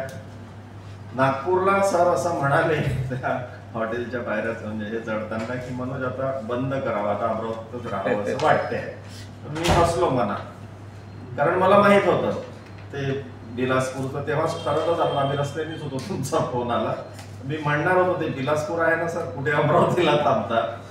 तर एवढ्या सगळ्या एवढं वय असताना आणि आता शारीरिक व्याधी हळूहळू लोक वर काढत आहेत असताना सर इथे आले, ते केवळ मराठी भाषेच्या, मराठी कवितेच्या प्रेमापोटी आलेले आहेत. म्हणून मी त्यांचे मनपूर्वक आभार मानतो. नागपूर आणि बिलासपूर ही दोनच टोकं तुम्हाला माहीत झाली आहेत की नागपूरला होते आणि बिलासपूरला आले आणि नागपुरात जाहीर केलं होतं की आता अमरावतीतच राहावं. मधल्या काळात गोव्यालाही गेले 15 दिवसातच या पुण्यालाही गेलेले आहेत आणि मुंबईत होते ना, आता कालच अमरावतीला आले, इकडे आले. तर ठीक आहे, आपण असं गृहीत धरत असतो की 100 म्हणजे आपल्या शास्त्रांनीच सांगितलं आहे, चरैवेती जे म्हटलेलं आहे की तू चालत राहा आणि चालत चालत 100 वर्ष जगण्याची तू मनीषा बाळ. तर ह्या चालत राहाचं आपले कवी मित्रांनी सुद्धा पायी चालणार तो शीर्षकच, त्या शीर्षकाने संग्रह काढलेला आहे. त्यामुळे सरांनी चालत राहावं, आम्हा सगळ्या मराठी लोकांना, महाराष्ट्राला आनंद द्यावा त्यांच्या ज्ञानाचा. जेवढं शक्य होईल, आता एक पाय थोडासा अबू झालेला आहे तर आम्ही तुमचे पाय आहोत, तुमचे हाती आम्ही आहोत. त्यामुळे तुम्ही येत राहा, अनेक ठिकाणी येत राहा. त्यांच्या दीर्घायुष्यासाठी, त्यांच्या आरोग्यासाठी त्यांना शुभेच्छा देतो आणि पुढचं सत्र आपण आता सुरू करू. एक सुटी नाही, प्रत्येक मला प्रत्येक सत्रानंतर काही चर्चा असेल, काही विचार, इव्हन बीज भाषणावरती पण आपण काही अगदी विचारायचं. आणि दुसरं मला असं म्हणायचं आहे कपूरजी की योगायोगाने अशी मर्यादित ग्रुप आहे, त्याच्यामुळे काही घाई करते आणि काही वेळांचे पाळू नका. आणखी एक माझी सूचना अशी आहे की चर्चा तर करूच द्या, त्याच्यानंतर पुढचं सत्र करू. त्यापूर्वी जर चहा वगैरे मिळू शकला तर आणखी बरोबर. कोण्यातरी एका सत्रामध्ये मध्ये ते करू आपण. ओके, नाही आल्यानंतर तेवढा गॅप घेऊ. आणि आणखी तुम्हाला सांगतो की कपूरजींनी शेगावला ही सिस्टीम अरेंजमेंट जी आहे बसण्याची, ती त्यांनी शेगावला बघितली होती. आपले सगळे सिम्पोजियम या पद्धतीचेच होतात, जेणेकरून एक असा त्याला मीटिंग सारखा फील यावा. त्यामुळे काही सूचना अशा आहेत की शक्यतोवर मोबाईल तुम्ही केलेच असतील, स्विच ऑफ अगदी करू नका, पण सायलेंटवर ठेवा. आला फोन थोडं बाहेर जाऊन बोला. वॉशरूम्स वगैरे इथे आहेत, सगळं ते तुम्हाला माहितीच असेल. मध्ये मध्ये चहाचे ब्रेक घेऊ. हा दिवस आपल्याला 1.5 दिवस आनंदात घालवायचा आहे थोडक्यात. आणि आणखीन एक माझी सूचना आहे, मी हे केल्यावर तुम्हाला बोलणार होतो की जेवणाचं काहीतरी वेळ 1:30ला आहे आणि पुढच्या सत्राची 2 लाख वेळ आहे. हे फार क्रूर आहे, हे शक्य होत नाही. तुम्ही मानसिक लक्षात घ्या की त्याच्यानंतर झोप येते लोकांना, तर त्या 1:30 नंतर किमान 3 पर्यंत तरी वेळ ठेवा. झोप उडवणारे 3:30 ला येऊ द्या. त्यामुळे प्रफुल्लनी जी सूचना केली आहे, तुम्हाला बीज भाषणावर काही विचारायचं असेल ना? सर, बीज भाषणावर चर्चा होत नाही, पण प्रफुल्लमुळे सर तुमचा निबंध म्हणजे खरं म्हणजे बीजभाषण हे तुमचं बीजभाषण हे इतक्या कमी शब्दांमध्ये इतकं महत्त्वाचं आणि सखोल आकलन घडवून आणणारं होतं की माझ्याजवळ शब्द नाहीत की सर तुम्ही आम्हाला काय दिलं कवितेच्या आकलनाच्या संदर्भात. पण या संपूर्ण म्हणजे तुम्ही जो 60 पूर्वीपर्यंतचा कालखंड घेतला, तर मला असं वाटतं की सर, प्रश्न नाही माझा, की ममो कुंटे हे एक महत्त्वाचं नाव याच्यातून सुटलं असं मला वाटतं. आणि कुंट्यांबद्दल मला एक म्हणजे माझ्या प्रबंधात ते मी मांडलं आहे, पण 1-2 मिनटं घेऊ शकतो का, की मला कुंटे का महत्त्वाचे वाटतात. की महात्मा फुल्यांचं शिवाजी महाराजांवरचं काव्य आणि कुंट्यांचं राजा शिवाजी हे महाकाव्याचे सुरुवातीचे सर्ग हे एकाच वर्षी आलेत. पण त्याहीपेक्षा त्याची जी प्रस्तावना आहे जी मुळात इंग्रजीत आहे, पण त्याच्यामध्ये जो एक काव्यविचार आलेला आहे की पहिल्यांदा म्हणजे फुले, मला असं वाटतं सर तुम्ही फुल्यांची सामाजिक भूमिका महत्त्वाचीच आहे, प्रश्नच नाही, पण कुंट्यांनी कवितेचा कविता म्हणून महाकाव्य म्हणून जो सखोल आणि वेगळ्या दृष्टीनं विचार केलेला आहे. जसं ते म्हणतात की कवितेची भाषा ही जनसामान्यांची भाषा असावी आणि जनसामान्यांचा नायक हा त्या महाकाव्याचा नायक असावा. आणि पंडिती परंपरा नाकारतात, संस्कृतच्या प्रभावातून आलेली, दुसऱ्या बाजूला इंग्रजीच्या प्रभावातून आलेले नवे पंडित त्यांचीही परंपरा नाकारतात आणि महाराष्ट्रातले जो एक कष्टकरी शेतकरी कामगार माणूस त्याच्या संस्कृतीला, त्याच्या भाषेला आणि त्याच्या अभिरुचीला जे वरचं स्थान त्यांनी त्या प्रस्तावनेत दिलेलं आहे, मला असं वाटतं की फुले आणि कुंटे यांना जर आपण त्यांनी ते लिहित होते त्या काळात समजून घेतलं असतं तर दलित साहित्याची चळवळ, ग्रामीण साहित्याची चळवळ ही 60पर्यंत थांबावं लागलं नसतं आणि ती कदाचित त्याच वेळी गतिमान झाली असती. म्हणून मला कुंटे इथे थोडं जोडायचं आहे की महादेव नरेश्वर कुंटे यांच्या या प्रस्तावनेमध्ये आणखी एक महत्त्वाचा विचार आलेला आहे. तो महत्त्वाचा विचार कोणता तर विज्ञान आणि विज्ञान आणि साहित्य त्याच्यामध्ये विज्ञानाची जितकी आपल्याला आवश्यकता आहे तितकीच साहित्याची देखील आणि शिक्षणामध्ये या दोनही गोष्टी असल्या पाहिजे. म्हणजे एका अर्थी ते असं सुचवत आहे की तुम्ही वैद्यकीय शिक्षण घ्या, अभियांत्रिकी शिक्षण घ्या की कोणतंही शिक्षण घ्या, तिकडे साहित्य हे असायलाच पाहिजे. या दोनमध्ये भेद करायचा आणि हे सायन्सवाले हे आर्ट्सवाले ह्या आहे त्यांच्या डोक्यामध्ये नाही, हे चुकीचं आहे असं त्यांचं मत आहे. ते त्या प्रस्तावनेत सांगितलं. आणि कवितेच्या संदर्भात यांचं काय झालं हे का एकदम मागे पडले, कारण जो प्रयोग त्यांनी केला तो काहीसा हास्यास्पद आहे. म्हणजे राजा शिवाजी हे काव्य त्यांनी लिहिलं, परंतु ग्रामीण भाषेचा प्रयोग करत असताना त्यात कलात्मकता राहिली आणि निवडच ग्रामीण वापरू या अठ्ठापायी ते काव्य त्यांनी लिहिलं, म्हणून त्यांची उपेक्षा झाली. पण विचार महत्त्वाचा आहे, यात काही शंका नाही. आणि तो विचार आहे. दुसरा कवी मी विसरलो तो म्हणजे मनमोहन. मनमोहन हा कवी सुद्धा या कालखंडातला 60 पूर्वीचा एक महत्त्वाचा युगायुगाचे सहप्रवासी हे त्यांचं जे दीर्घकाव्य आहे ते दीर्घकाव्य या काळावर भाष्य करणारच आहे. म्हणजे जो काळ बर्डेकरांचा मुक्तिबोधांचा होता तोच काळ, त्याच काळामध्ये एकूण जगातल्या संस्कृतीचा ऱ्हास कसा होत चालला आहे याचं जे काही निदर्शन त्यांनी केलं आहे ते या कवितेत. आणि पुढे अर्थात मनमोहनांनी जी काही कविता लिहिली तिथे कोणतीही बंधनं त्यांनी पाळली भाषाच्या बाबत, शब्द वापरण्याच्या संदर्भामध्ये. त्यामुळे पुढच्या कवींचे मॅगझिनवाली चळवळ जी चालवली ना त्या कवींना मनमोहन हा महत्त्वाचा कवी वाटलेला आणि आहे त्या दृष्टीने महत्त्वाचे ते त्या मानाने मुक्तिबोधांकडून काही घेतलं नाही, भेटलं नाही, हे दूरच. तुम्ही फक्त इंदिरा संतांबद्दल बोलायचं विसरलं त्या सगळ्या नाव घेतलं असे बरेच कवी घेतलं पण ते मोठी परंपरेत बरेच कवी आहेत. प्रातिनिधिक नावे जे गझल लिहिणारे कवी होते त्या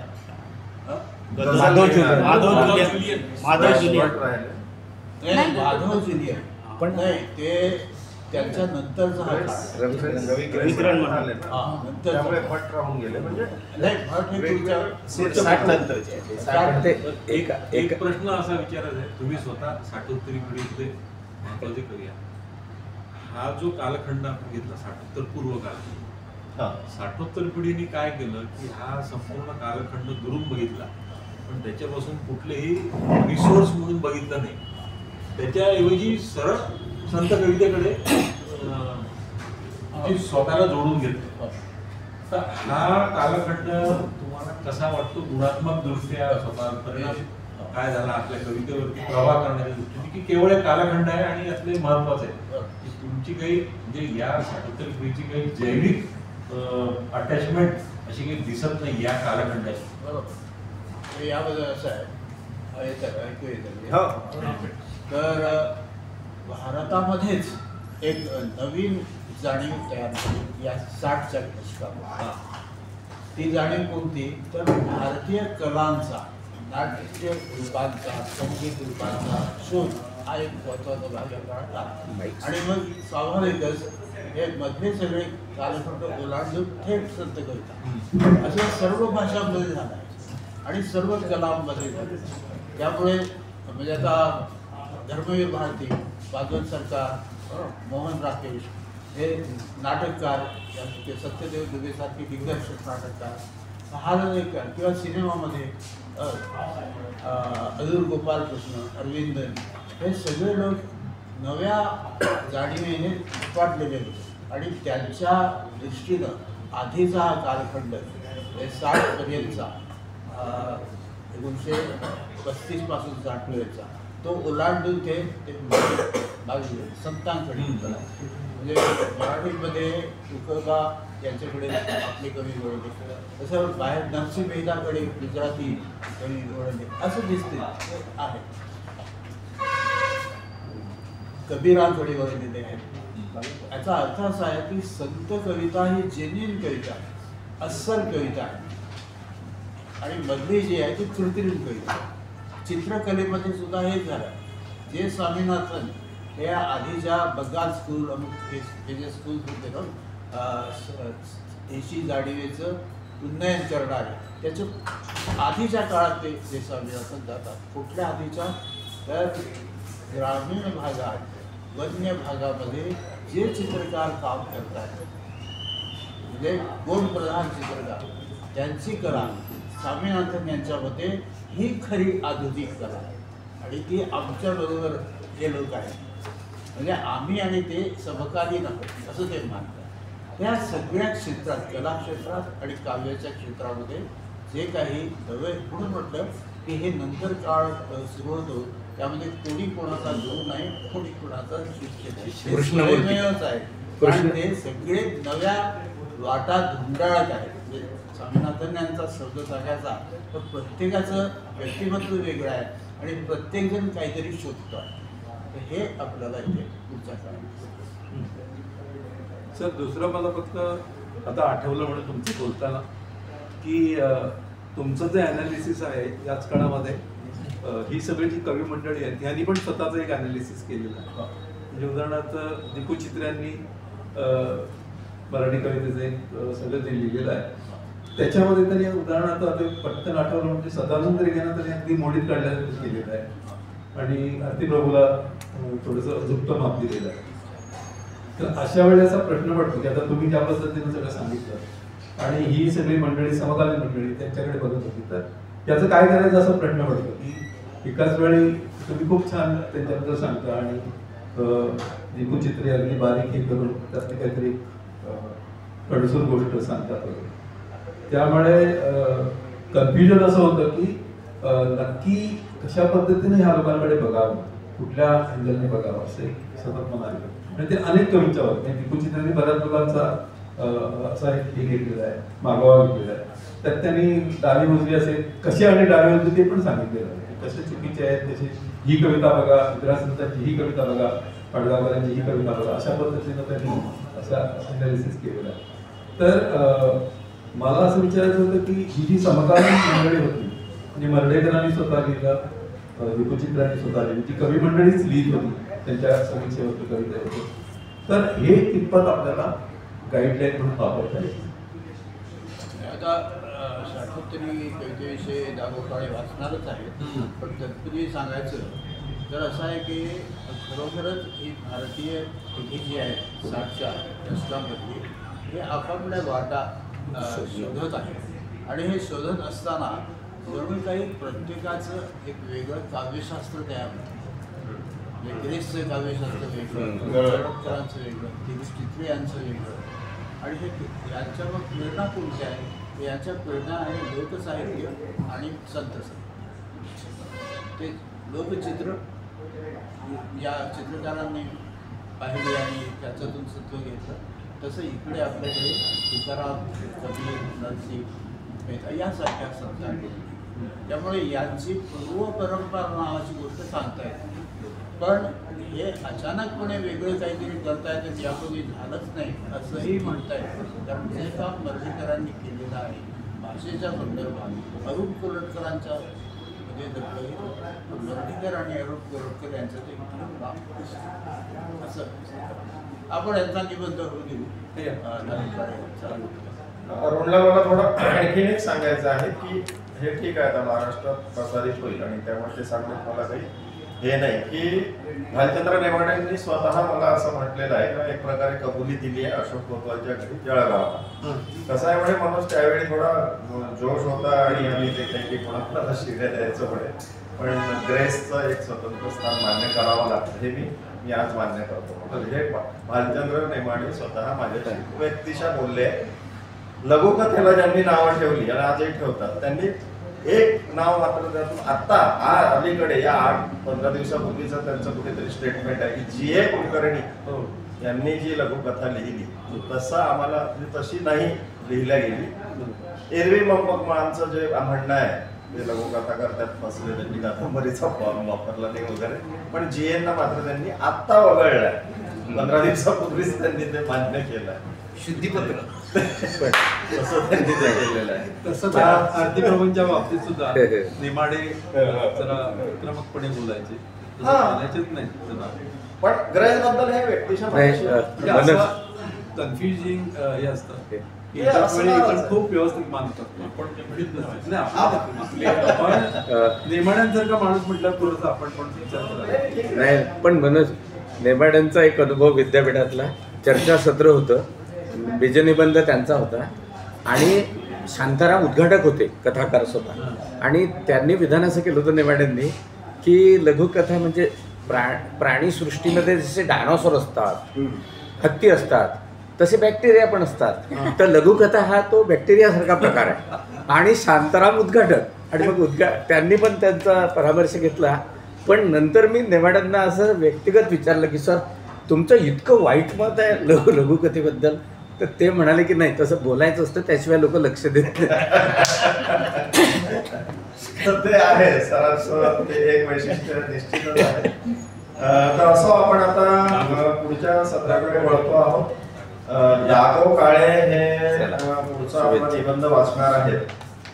साठोत्तरी मराठी कविता. त्यांना ते माझे मित्र आहेत, शेगावचेच आहेत आणि मी कालच तुम्हाला सांगितलं की आम्ही दोघंही आपापल्या कामांमध्ये एवढे व्यस्त झालेलो आहोत की मध्ये फक्त एक रस्ता आहे शकामगाव शेगाव रोड, पलीकडे त्याचं घर आहे, इकडे माझं आहे, पण आमची तिथे भेट होत नाही शेगाववर.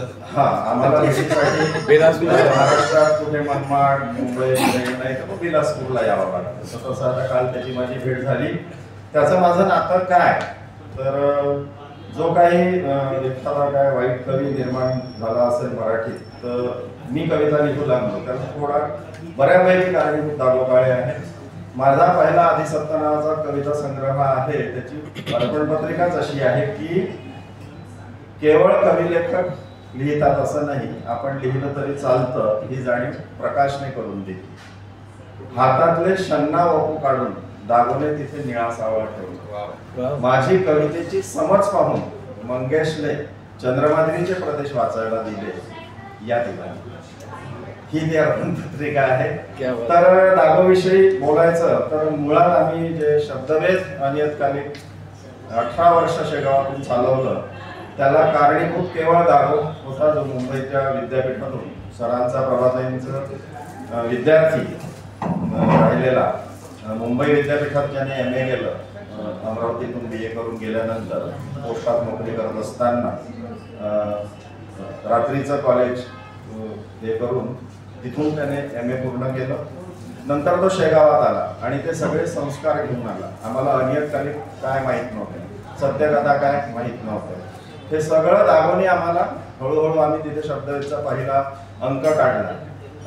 कधीतरी माझ्या मनात एक आहे की तो सगळा कालखंड फिक्शनच्या रूपात मांडावा. शब्दवेधची निर्मिती, ते शब्दवेधचं विघटन आणि पुढचं सगळं आता बरेचदा असं वाटतं लोकांना की विघटन झालं म्हणजे भांडणं वगैरे झाली का? भांडणं जरूर झाली, परंतु नातं कधी तुटलं नाही. आणि सत्यदेव दुबे इथले आहेत असं मला नुकतंच समजलं, आणि किशोर कदमनी मला सांगितलं होतं, त्याचे मेंटॉर सत्यदेव दुबे होते, तर ते असं म्हणायचे की कोई भी ग्रुप अगर ज्यादा साल टिक रहा है ऐसा दिख गया तो समझना वो गड़बड़ है. ग्रुप टूटना ही चाहिए, फूटना ही चाहिए, और उसमें से नए ये संभावनाएं नई कैसे निर्माण होते. तर हे आपण उदाहरण याचं देऊ शकतो याला वटवृक्षाचं. त्या पारंब्यात रुजल्या नाही तिथून नवं झाडच उगवणार नाही ना. आणि शब्दवेदचं विघटन झालं, काहीच बिघडलं नाही. खेळ त्याच्यातूनच निघालं, अतिरिक्त त्याच्यातूनच निघालं, ऐवजी त्याच्यातूनच निघालं. वर्णमुद्रा जे आता निघते त्याचं मूळ शब्दवेदच आहे. तर असा हा आमचा मित्र आहे. त्याचे काही प्रॉब्लेम आहेत. आता त्याला मी म्हणजे थोड्या सूचना करतो की हे काही कोणी फार असे परके लोक इथे नाही आहे, आपले आपणच आहोत. अतिशय शांतपणे त्याचा निबंध त्यांनी वाचावा, मध्ये मध्ये थोडा श्वास घ्यावा, थोडं पाणी पण प्यावं लागलं तर, काही गडबड करू नये, काही तुझ्यावर कोणतं प्रेशर नाही आहे. त्यांनी त्याचा आता काय म्हणतात, एखादा क्लिक होण्याचा हे असतो ना, अनेक काळ थांबलेला होता. कविता तर लिहित म्हणजे काहीतरी सुरुवातीला अतिशय अप्रतिम कविता लिहिलेल्या होत्या, आणि मधला काळ असं वाटलं की हा कविता आता संपली याच्यातून. तर तसं नाही आहे. ते आकळ नावाचं जे पुस्तक आम्ही समीक्षा त्याच्या लेखांचं काढलं, ज्याला राज्य शासनाचा पुरस्कार मिळाला, तत्कालीन कॉपर पाईनमध्ये मी असतानाच ते पुस्तक निघालं होतं. त्यानंतर अरण्यात हा कविता संग्रह आलाय त्याचा. कवितावकाश म्हणून समीक्षा लेख बीज प्रकाशन शेगावमधून, आणि आता उदास ओला काळो हा नवा कविता संग्रह दागोचा येतो आहे. शब्दवेद आणि अतिरिक्त या नव्वदोत्तरी अनियतकालिकांचं अनेक वर्ष त्याने संपादन केलेलं आहे. तर त्यांना मी विनंती करतो की आता सरांना थोडंसं जागा बदलावी लागेल. इथून वाचलं तर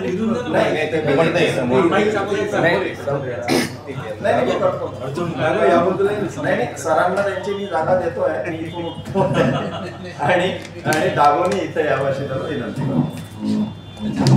रेकॉर्डिंग सर तुम्ही इथे बसा.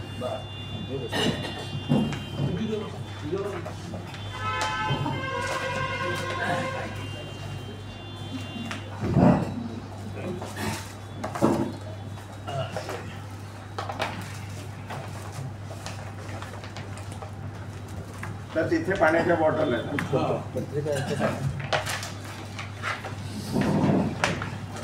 सर वाचन कशी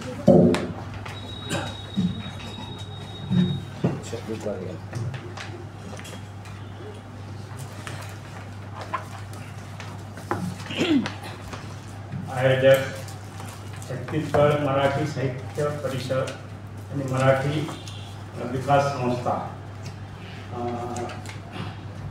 आणि मित्र कपूर वासनी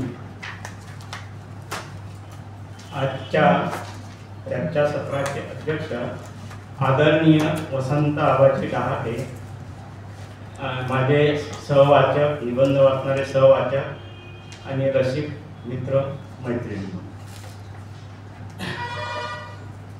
रसिक, आपण शाकोत्तरी कवितेचे स्रोत, त्या कवितेची वेगवेगळ्या दृष्टीने झालेली मांडणी आणि पुनर्मांडणीचा विचार करणार आहोत. त्या निबंधामध्ये शाकोत्तरी हा केवळ काळाला अधोरेखित करणारा शब्द नाही, त्याच्या भूत आणि भवितव्याच्या पार्श्वभूमीवर नव्याने कळणारा वर्तमान असतो. त्या वर्तमानात मानवी मूल्यांना बाधित करणाऱ्या काही प्रवृत्ती जन्म घेत असतात. त्यात मानवी उपद्रव करणाऱ्या कृतीबरोबरच त्यांनी निर्माण केलेल्या रचनाही असतात.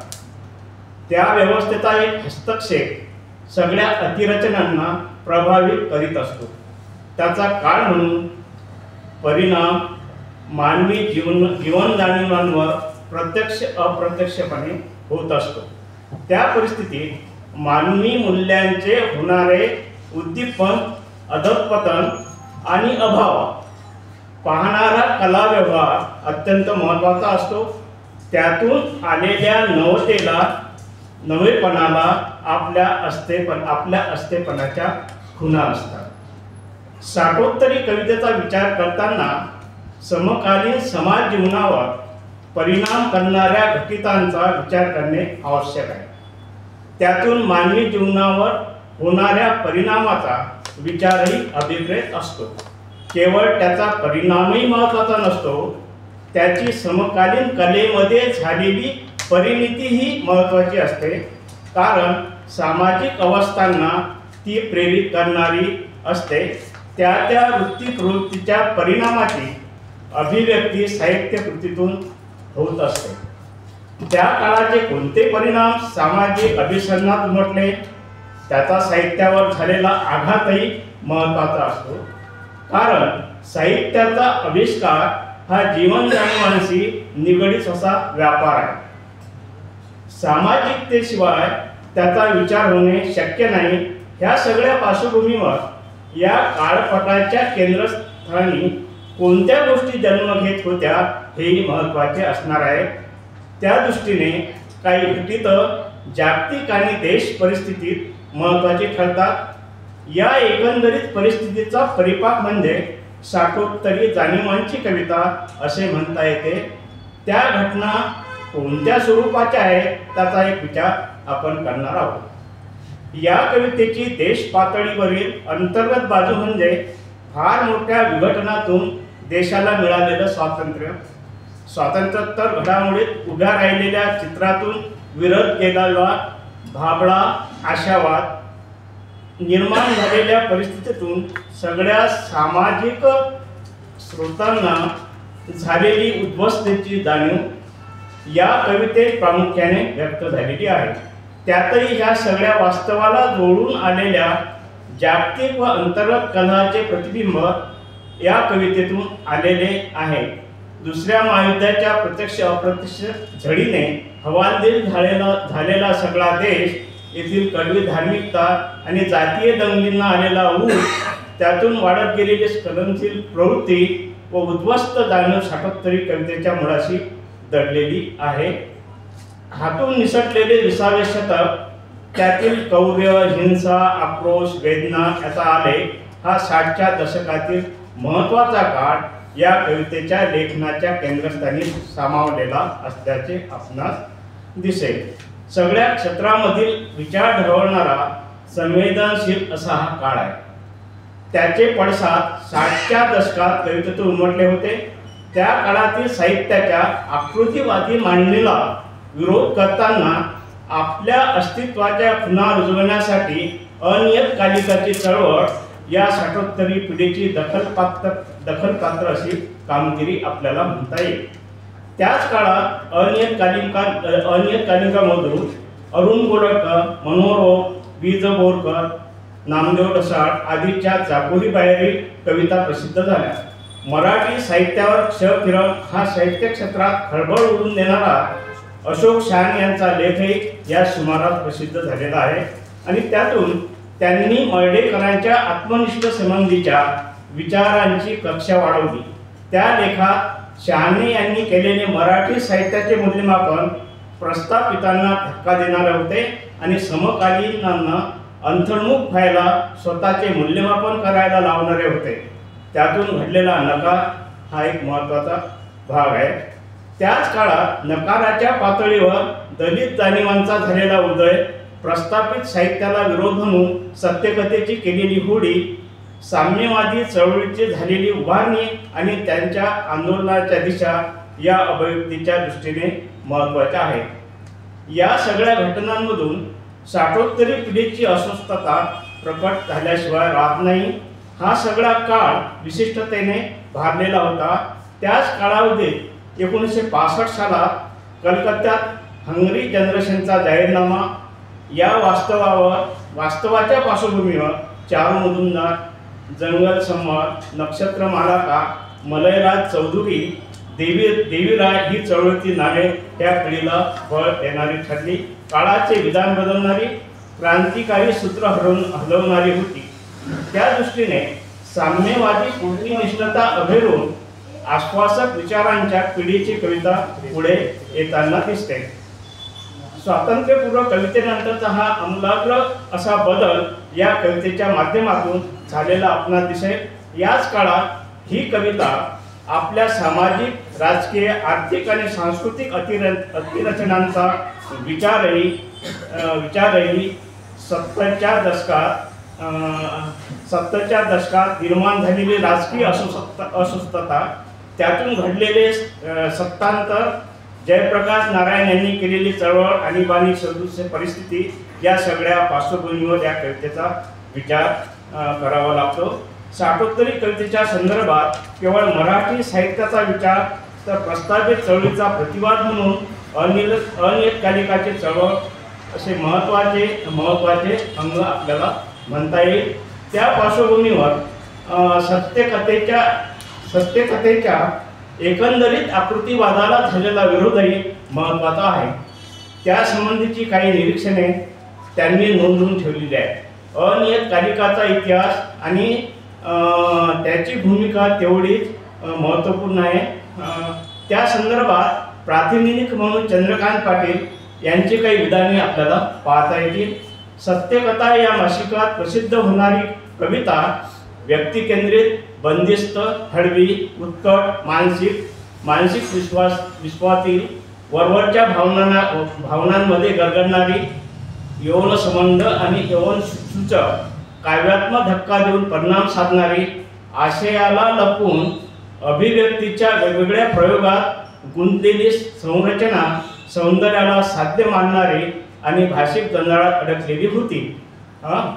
तर या संदर्भात दिलीप चित्रेने सुद्धा थोडं हे केलेलं आहे. त्या काळात दिलीप चित्रे आणि काही तरुण कवींनी शब्दसारख्या अनियतकालिकामधून प्रस्थापित साहित्याविरुद्ध एक उठावाचं वातावरण असं निर्माण केलेलं होतं.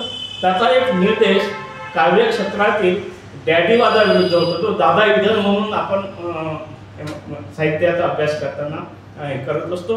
म्हणजेच पंतोजीवाद, त्यांनी जो शब्द वापरला त्यावेळी पंतोजीवाद हा शब्द त्यांनी वापरलेला आहे. प्रस्थापित प्रवासी कोणत्याही पातळीवर समरस होणे त्यांना अशक्य वाटत होते. या भुंड टेकाळ परिस्थितीत, भुंड टेकाळ नावाची एक चांगली कविता आहे दिलीप चित्रे यांची. ते त्यांच्या प्लॉट पाडून त्यामध्ये काही वडाचं झाड वगैरे कापलं वगैरे, ते सुंदर कविता अशी आहे. समरस होणे त्यांना अशक्य वाटत असावे. या परिस्थितीत अभिव्यक्तीच्या नव्या वाटा शोधणे त्यांच्या दृष्टीने क्रमप्राप्त झालेले असावे त्या काळामध्ये. या संबंधीची बरीच वक्तव्ये सांगता येतील. उदाहरणार्थ, सामाजिक वास्तवाचे भान नसणे, अचेतन आत्मरंजनात गुंतलेली कविता होती. या नकाराबरोबर अनियतकालिकांनी केलेले काही साठोत्तरी कवितेचा सशक्त असा प्रभाव मराठी वाङ्मयावर पडलेला आपल्याला अतिशय. लघुपत्रिका चळवळीने गेली 3 दशके मराठी साहित्यात मूलभूत परिवर्तन घडवून आणले. या चळवळीचा आपल्या वाङ्मय संस्कृतीवर परिणाम झालेला आहे. देशीवादाचे संकल्पना त्यांनी रुजवली आहे. अनियतकालिकाच्या चळवळीतून चांगले कवी साठोत्तरी कवितेला मिळाले ही गोष्ट नाकारता येत नाही. या चळवळीला जोडून दलित जाणीवांची कविताही साठोत्तरी कवितेचा सशक्त असा प्रवाह आपल्याला मानता येतो. साठोत्तरी कवितेच्या एकंदरीत मांडणीचा विचार आजपर्यंत होत आलेला, अजूनही होत आहे. तो वेगवेगळ्या वाङ्मयीन प्रवाहाच्या अंगाने होत आलेला आहे. या संदर्भात त्यांच्या विचारांची दखल घेऊन आपल्याला पुढे जायचे आहे. साठोत्तरीच्या मुख्य प्रवाहाच्या कवितेबद्दलचा एक दीर्घलेख प्राध्यापक राघव जाधव यांनी लिहिलेला आहे. तो साठोत्तरी कवितेचा आढावा म्हणून तो महत्त्वाचा वाटतो. हा लेख असलेल्या पुस्तकात त्यांनी प्रस्तावनेत असं कबूलही केलं आहे की मी फक्त आढावा घेतो आहे त्या साठोत्तरी काही कवीबद्दल त्यांनी लेखन केलं. तर त्यात अरुण कोल्हटकर आणि दिलीप चित्रे यांच्या काव्यनिर्मितीचे स्वरूप समजून घेण्याच्या दृष्टिकोनातून त्यांनी त्यात एक लेख समाविष्ट केलेला आहे त्यांचा. या दृष्टिकोनातून 1960 नंतरच्या मराठी कवितेचे मला जाणवले सर्वसाधारण स्वरूप स्पष्ट करण्याचा प्रयत्न त्यांनी त्या लेखांमध्ये केलेला आहे. 1960 नंतरच्या कालखंडात जी वैशिष्ट्यपूर्ण कविता लिहिली गेली त्या कवितेला ढोबळपणे साठोत्तरी कविता म्हणता येईल। या संदर्भात साठोत्तरी कवितेचा तिच्या अस्तित्वाचा विचार करताना राग जाधव म्हणतात की साठोत्तरी मराठी कविता या शब्दप्रयोगाचा पुरस्कार कविवर्य नारायण सुर्वे यांनी विशेषत्वाने केलेला आहे असं इतिहासामध्ये त्याची नोंद आहे असे म्हटले जाते। 1960 सालानंतर निर्माण झालेली मराठी कविता असा या शब्दप्रयोगाचा वाच्यार्थाने होणारा एक सरळ अर्थ होतो। तथापि या शब्दप्रयोगातून सूचित होणारा आणखी एक अर्थ संभवतो व तो म्हणजे तो अर्थ मूल्यात्मक असावा असे वाटते। कवितेबद्दलच्या कवी रसिकांच्या जाणीवा, संवेदना, कल्पना, संकल्पना, मूल्यविशेष यासारख्या गोष्टी 1960 नंतरच्या कवितेत ठळकपणे बदलल्या।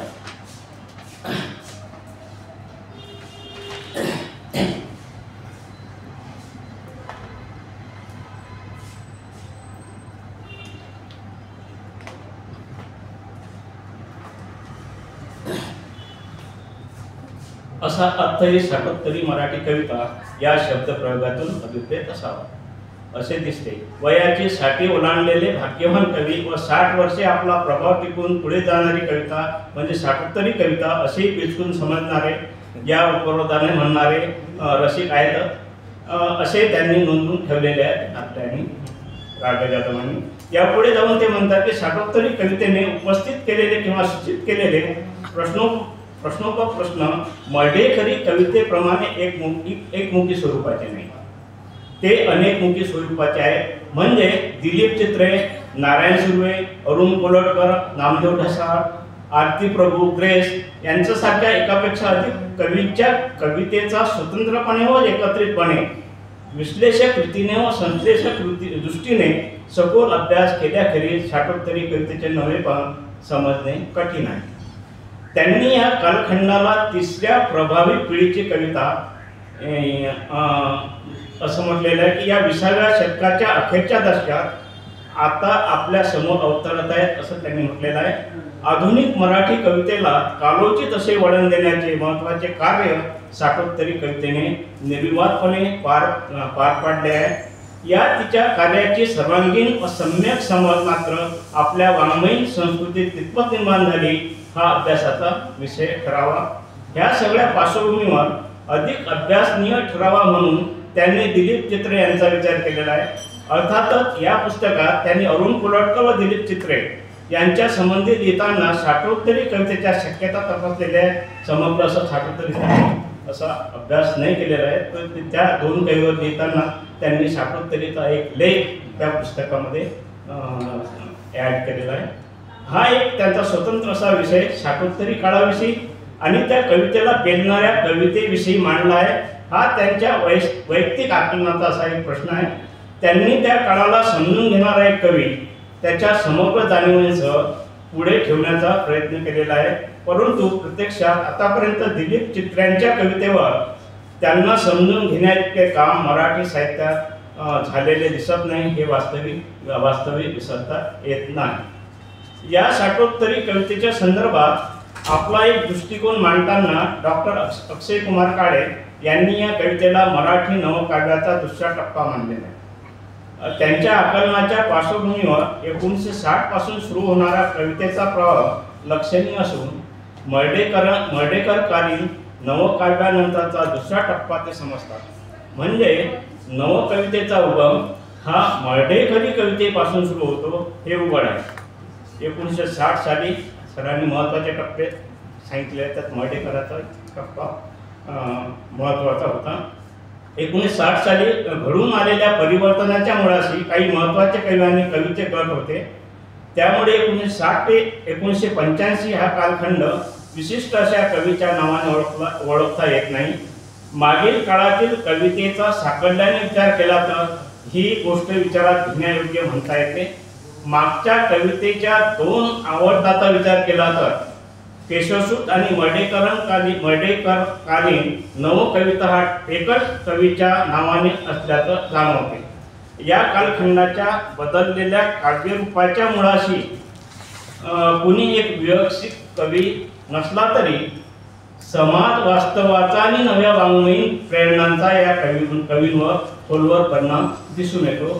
त्यामुळे कवितेचे स्वरूपही बदलते. 1960 नंतरच्या या कवितेत विवक्षितपणे पृथकात्मकतेचे दर्शन होत असल्यामुळे तिला साठोत्तरी कविता असे म्हणून या कालखंडाचे वेगळेपण सूचित केले जाते. लघु अनियतकालिकातील कवींनी या दरम्यानच कविता लिहायला सुरुवात केली असं अक्षय कुमार काळे म्हणतात. वरील विवेचनातून आपण काही एक निष्कर्ष काढायचा झाल्यास साठोत्तरी कवितेविषयी खालील बाबी लक्षात घेण्यासारख्या आहे. दुसऱ्या महायुद्धाच्या पार्श्वभूमीवर जगात चाललेल्या घडामोडी, त्याचे आंतरराष्ट्रीय स्तरावर होणारे परिणामाचे एकंदरीत पडसाद. 2. आपल्या देशाला अराजकतेच्या परिस्थितीत मिळालेले स्वातंत्र्य, त्या दरम्यान झालेल्या धार्मिक आणि जातीय दंगलीचा परिणाम, मिळालेल्या स्वातंत्र्यानंतर सर्व स्तरावर मावळलेला आशावाद, नैराश्यापोटी आलेली आत्मपूर्णता, तथाकथित आकृतीवादाला दिलेले आव्हान आणि अनियतकालिकाच्या चळवळीचा उदय. एकल कवितेच्या किंवा कवींच्या अभिव्यक्तीला प्रामाण्य देऊन संबंध पिढीची कविता म्हणून ठरवणाऱ्या काळाचा लोप झालेला आहे. या अनुषंगाने काळ आणि त्याच्या परिणामातून निर्मितीच्या वेगवेगळ्या शक्यतांमधून गवसणारा काळ या कवितेतून आपल्या विविधतेचे दर्शन घडून शकलेला आहे.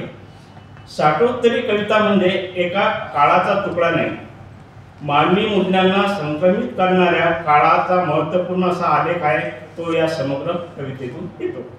या कवितेत सौंदर्यवादी भावकवितेच्या परंपरेने रूढ केलेल्या साचेबद्ध काव्यात्मकतेचा निषेध आणि उपरोध करीत कवितेतील गद्य आणि तपशिलाची प्रतिष्ठा वाढवली.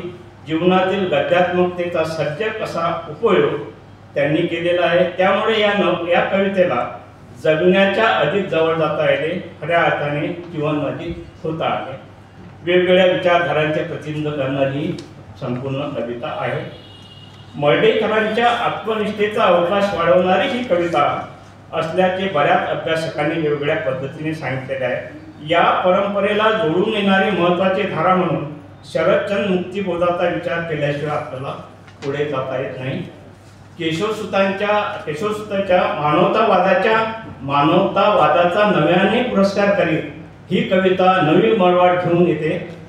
त्यांच्या मानवतावादाला साम्यवादी जाणीवांचा स्पर्श होता. निवड साम्यवादी कवितेची परंपरा साठोत्तरी कवितेमध्ये फारशी रुजलेली आपल्याला दिसत नाही आहे. साम्यवादी दृष्टिकोन या कवितेचा एक महत्त्वाचा भाग होता. या साठोत्तरीच्या संदर्भात आपला एक दृष्टिकोन मांडताना डॉक्टर अक्षय कुमार काळे यांनी या कवितेला मराठी नवकाव्याचा दुसरा टप्पा मानलेला आहे. त्यांच्या आकलनाच्या पार्श्वभूमीवर 1960 पासून सुरू होणारा कवितेचा प्रभाव लक्षणीय असून मर्ढेकरकालीन नवकाव्यानंतरचा दुसरा टप्पा ते समजतात.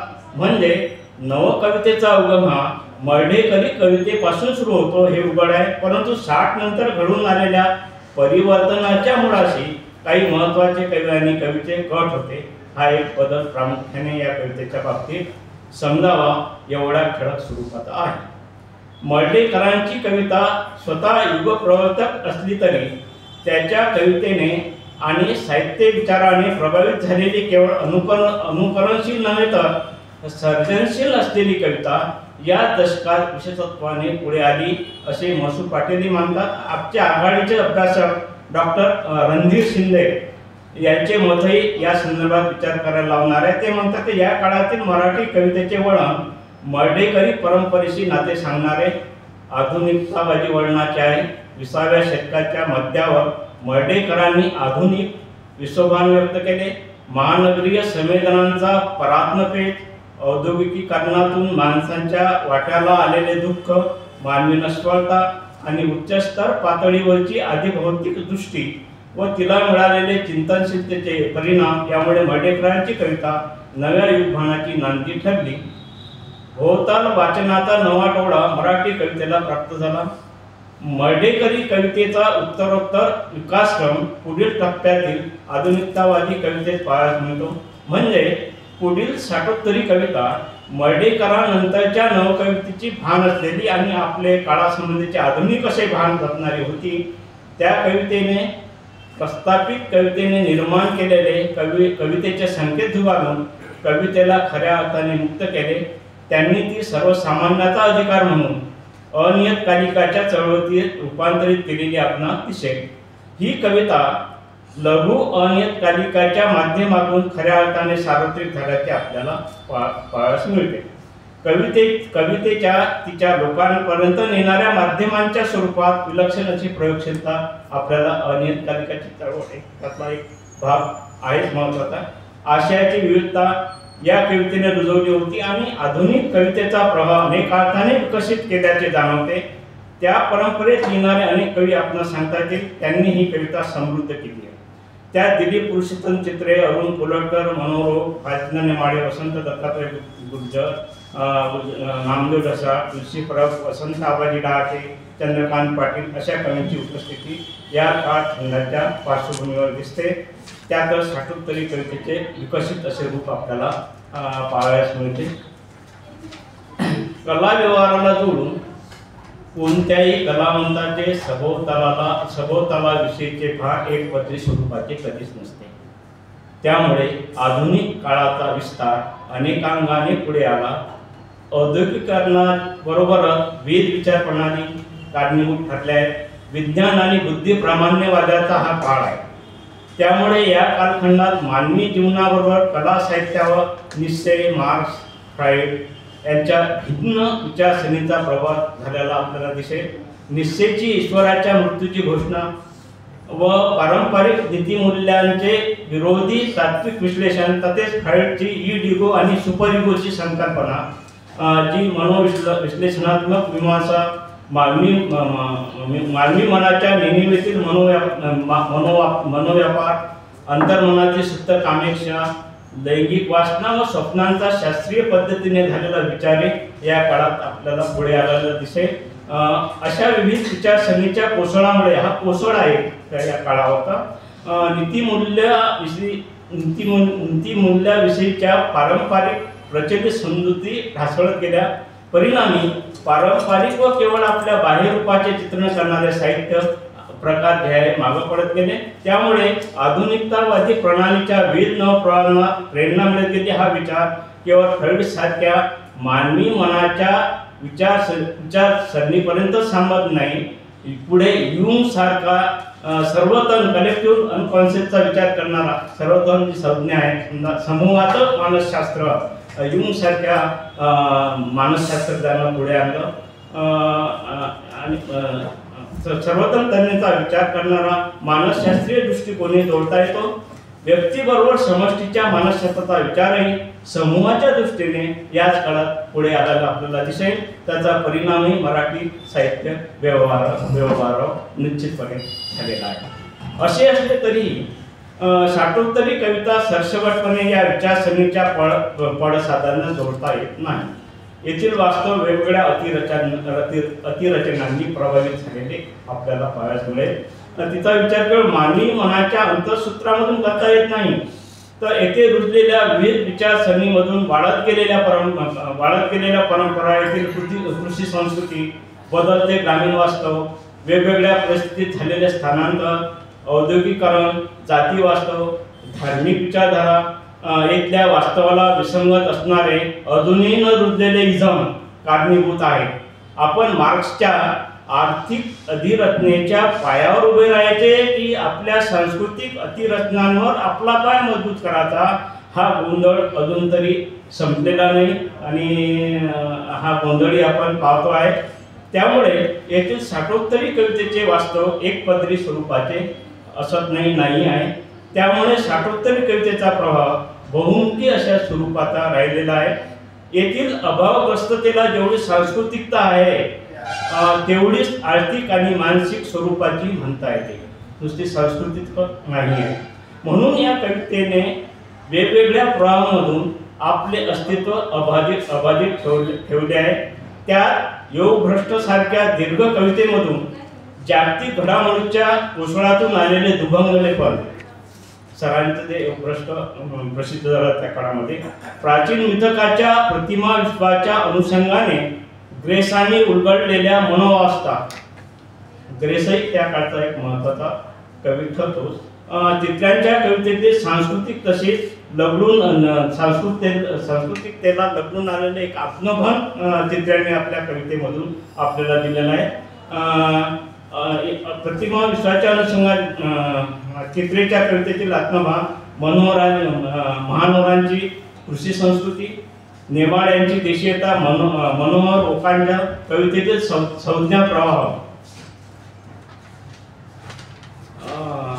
सुर्वे यांच्या कवितेतील श्रमण संस्कृतीवर पोचलेली मानवनिष्ठा, नामदेव सळ यांची व्यवस्था नाकारणारी विद्रोही अशी जाणीव, गुर्जर चंद्रकांत पाटील यांचे कवितेकडे जाण्याचे मार्ग तेवढेच समकालीन स्वरूपाचे राहिलेले आहेत, तेवढेच विविधतेकडे जाणारी आहे. ही गोष्ट नाकारता येत नाही. ही विविधता म्हणजे आपल्या सभोवताल एकंदरीत समष्टीचा विचार आपल्या अनुभव विश्वाचाच एक भाग होत असतो. साहित्याचा समाजाशी अतूट संबंध असल्यामुळे साहित्य निर्मिती ही एका व्यक्तीची म्हणजे लेखकाची निर्मिती नसून संबंध समाजाचीच निर्मिती असते अशी आपल्याला म्हणता येते. कारण साहित्य हा समाजाचा आरसा असतो, परंतु समाजाच्या हितसंबंधाचा एकजिन्सीपणा उठून वेगवेगळ्या हितसंबंधाचे वेगवेगळे वर्ग बनतात. तेव्हा साहित्य ही संबंध समाजाची निर्मिती न होता एकेका वर्गाची पृथक अशी निर्मिती होऊ लागते. ही घटना साहित्य व्यवहाराला पूरक ठरणारी नाही. परंतु साठोत्तरी कविता ही कोणत्या वर्गाची